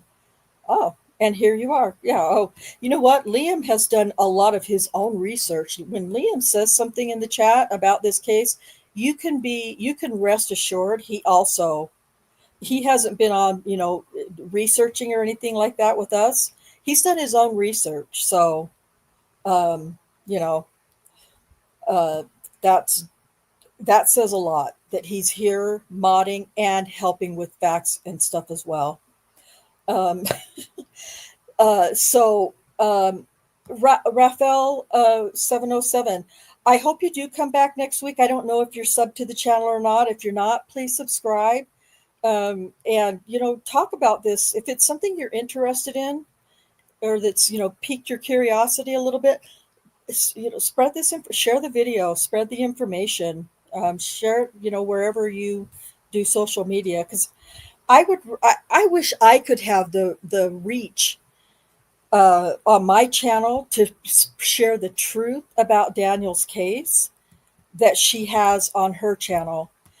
And her channel is giving false information about Daniel's case, and that really upsets me. So, of course, Liam. Yeah, of course. You proved that you're definitely worthy of that. For absolutely. And thank you for always being so supportive. We appreciate it very much. I suppose we could start sending her videos. I don't know if I really want to send her video to Brian Bates. I mean, I guess I could do that, but I know Brian Bates is like really in the last year or so of law school, if I'm not mistaken. He just graduated yesterday. Well, he walked. I guess he still has to take one more class or semester or something, but he did walk for the graduation yesterday. That is awesome. Congratulations, Brian Bates. Not that you ever listen to our channel, but congratulations. I think that's amazing. And so he's graduated from law school, taken the bar and everything? Yeah. Well, you graduate first and then take the bar. And then take the bar. Yeah. Usually it's in July and February. So he would probably be taking it he's still got one more class at least, so he might not take it till February. At least that's the way it is in New York. Right. Well, congratulations. I know he's been working on that he's been in college, for however long it takes to get there. And, and he's also had a lot of personal things he's been working through too, and good for him. Congratulations. I can't think of a better attorney for Daniel to have, on his case. Oh, wouldn't that be amazing? Gosh, that would be so awesome. But because he's already done so much of the research and investigation about it. So, Joffrey, so are we supposed to believe a handsome Daniel got aroused by a 57-year-old grandma looking like Janie? I don't know how that, I think that's what we're supposed to be believing. So that's what we're going to do. We're going to work on more details about these contradictions and bring them to you next week and finish this up. And I don't know, we'll see if Annie Elise has any, if she gets any, if this reaches her or anybody on her, that follows her. And I would love it if she would reach out and ask, or listen, I wouldn't even be upset or offended if she just removed her video and made an apology or a statement of some kind, not tearing herself down, but we're all capable of mistakes. Something has to be done. So we'll see what happens during this week. And I can. Well, Cherie or Rick, can one of you or Liam grab the link to her channel? She's got like 3 different channels. This one was done on Annie 10 to Life or something like that, and she's got like 3 different channels. But that's the one that this one was on. So Yeah, I very posted it in the successful. chat earlier. Oh, thank Okay, you. I thank you, thank you. messed up something here, so I don't want to touch anything. I'm gonna mess it up more. That's funny. I need to do it. We need to have a tutorial, Cherie, so I can help you We do. with how to how to figure this out.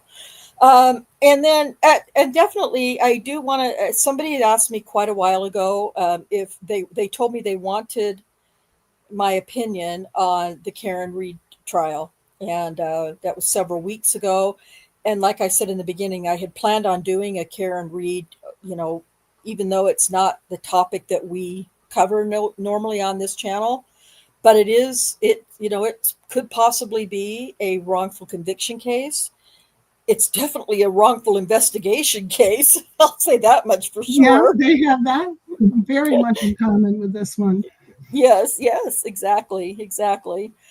So I will talk about it. We will do a video later after we get done with this rebuttal video, and we'll talk about the Karen Reed case in a couple weeks. And who knows, there could be a whole not yeah, there could be a whole lot of crazy testimony in that trial to talk about by the time we get to that. So those are the 2 things coming up. And then, like I said, somewhere probably near the end or beginning part of July, and I hate to start it during the summer, but I don't want to put it off, but we will start the entire case over again, strictly from an investigation, meaning police reports, pretrial transcripts, and trial transcripts of Daniel's case. And that, I think, is going to be very, very interesting for people who aren't as familiar with the case to just see the police reports, and every witness too. And I'm not talking, I mean, when I say reading the trial transcripts in past times, we haven't read all the witnesses that go with each accuser. So we'll also do that as well, which I think is also very helpful in understanding. Um, yeah, that's what I mean. I don't know if I said that or not. I probably didn't. I know that she's been a guest. Thank you, Liam, for posting the video. I know that she's been a guest on a lot of, well, I shouldn't say a lot, but on several other like law tube channels or attorneys who have, YouTube channels. Profiling Evil is a good channel. I like to watch his videos. I believe she's been on with him. I believe she's also been a guest with Duty Ron, who I also like, and Ed. So she's not she's not a nobody, that's for sure. I know that a lot of people appreciate and use her content. So, you know, 1.4 million. That's a yeah, lot of viewers. it's a lot of viewers and over 1,000 some odd videos. I can't remember how. So she has a following, and I think she owes it to her subscribers and her followers. I think she owes it to them to be, you know, fair and forthcoming. But um, just a fun fact, and I don't even know if this is true, but I believe somewhere I read or heard that she lives in Utah, which is where I live. And not that that means anything at all, but just fun fact, I guess. I don't know if that's true, though. I was reading something a long time ago or listening, and it caught my attention for some reason about her being in Utah. So I don't know. Anyway, it doesn't matter. So I think, for final comments, or Rick, do you have any final comments about this bit?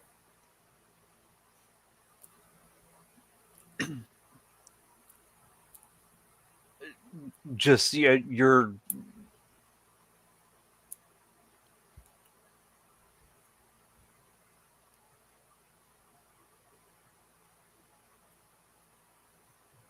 At this point, I'm trying to give her the benefit of the doubt and just think she got bad sourcing for information. I think that's fair. That's a good way to look at it until we have more information. Yeah, I think that's fair. And of course, if, listen, I have no reason to think or even imagine or even dream that she would ever want to have a conversation with us.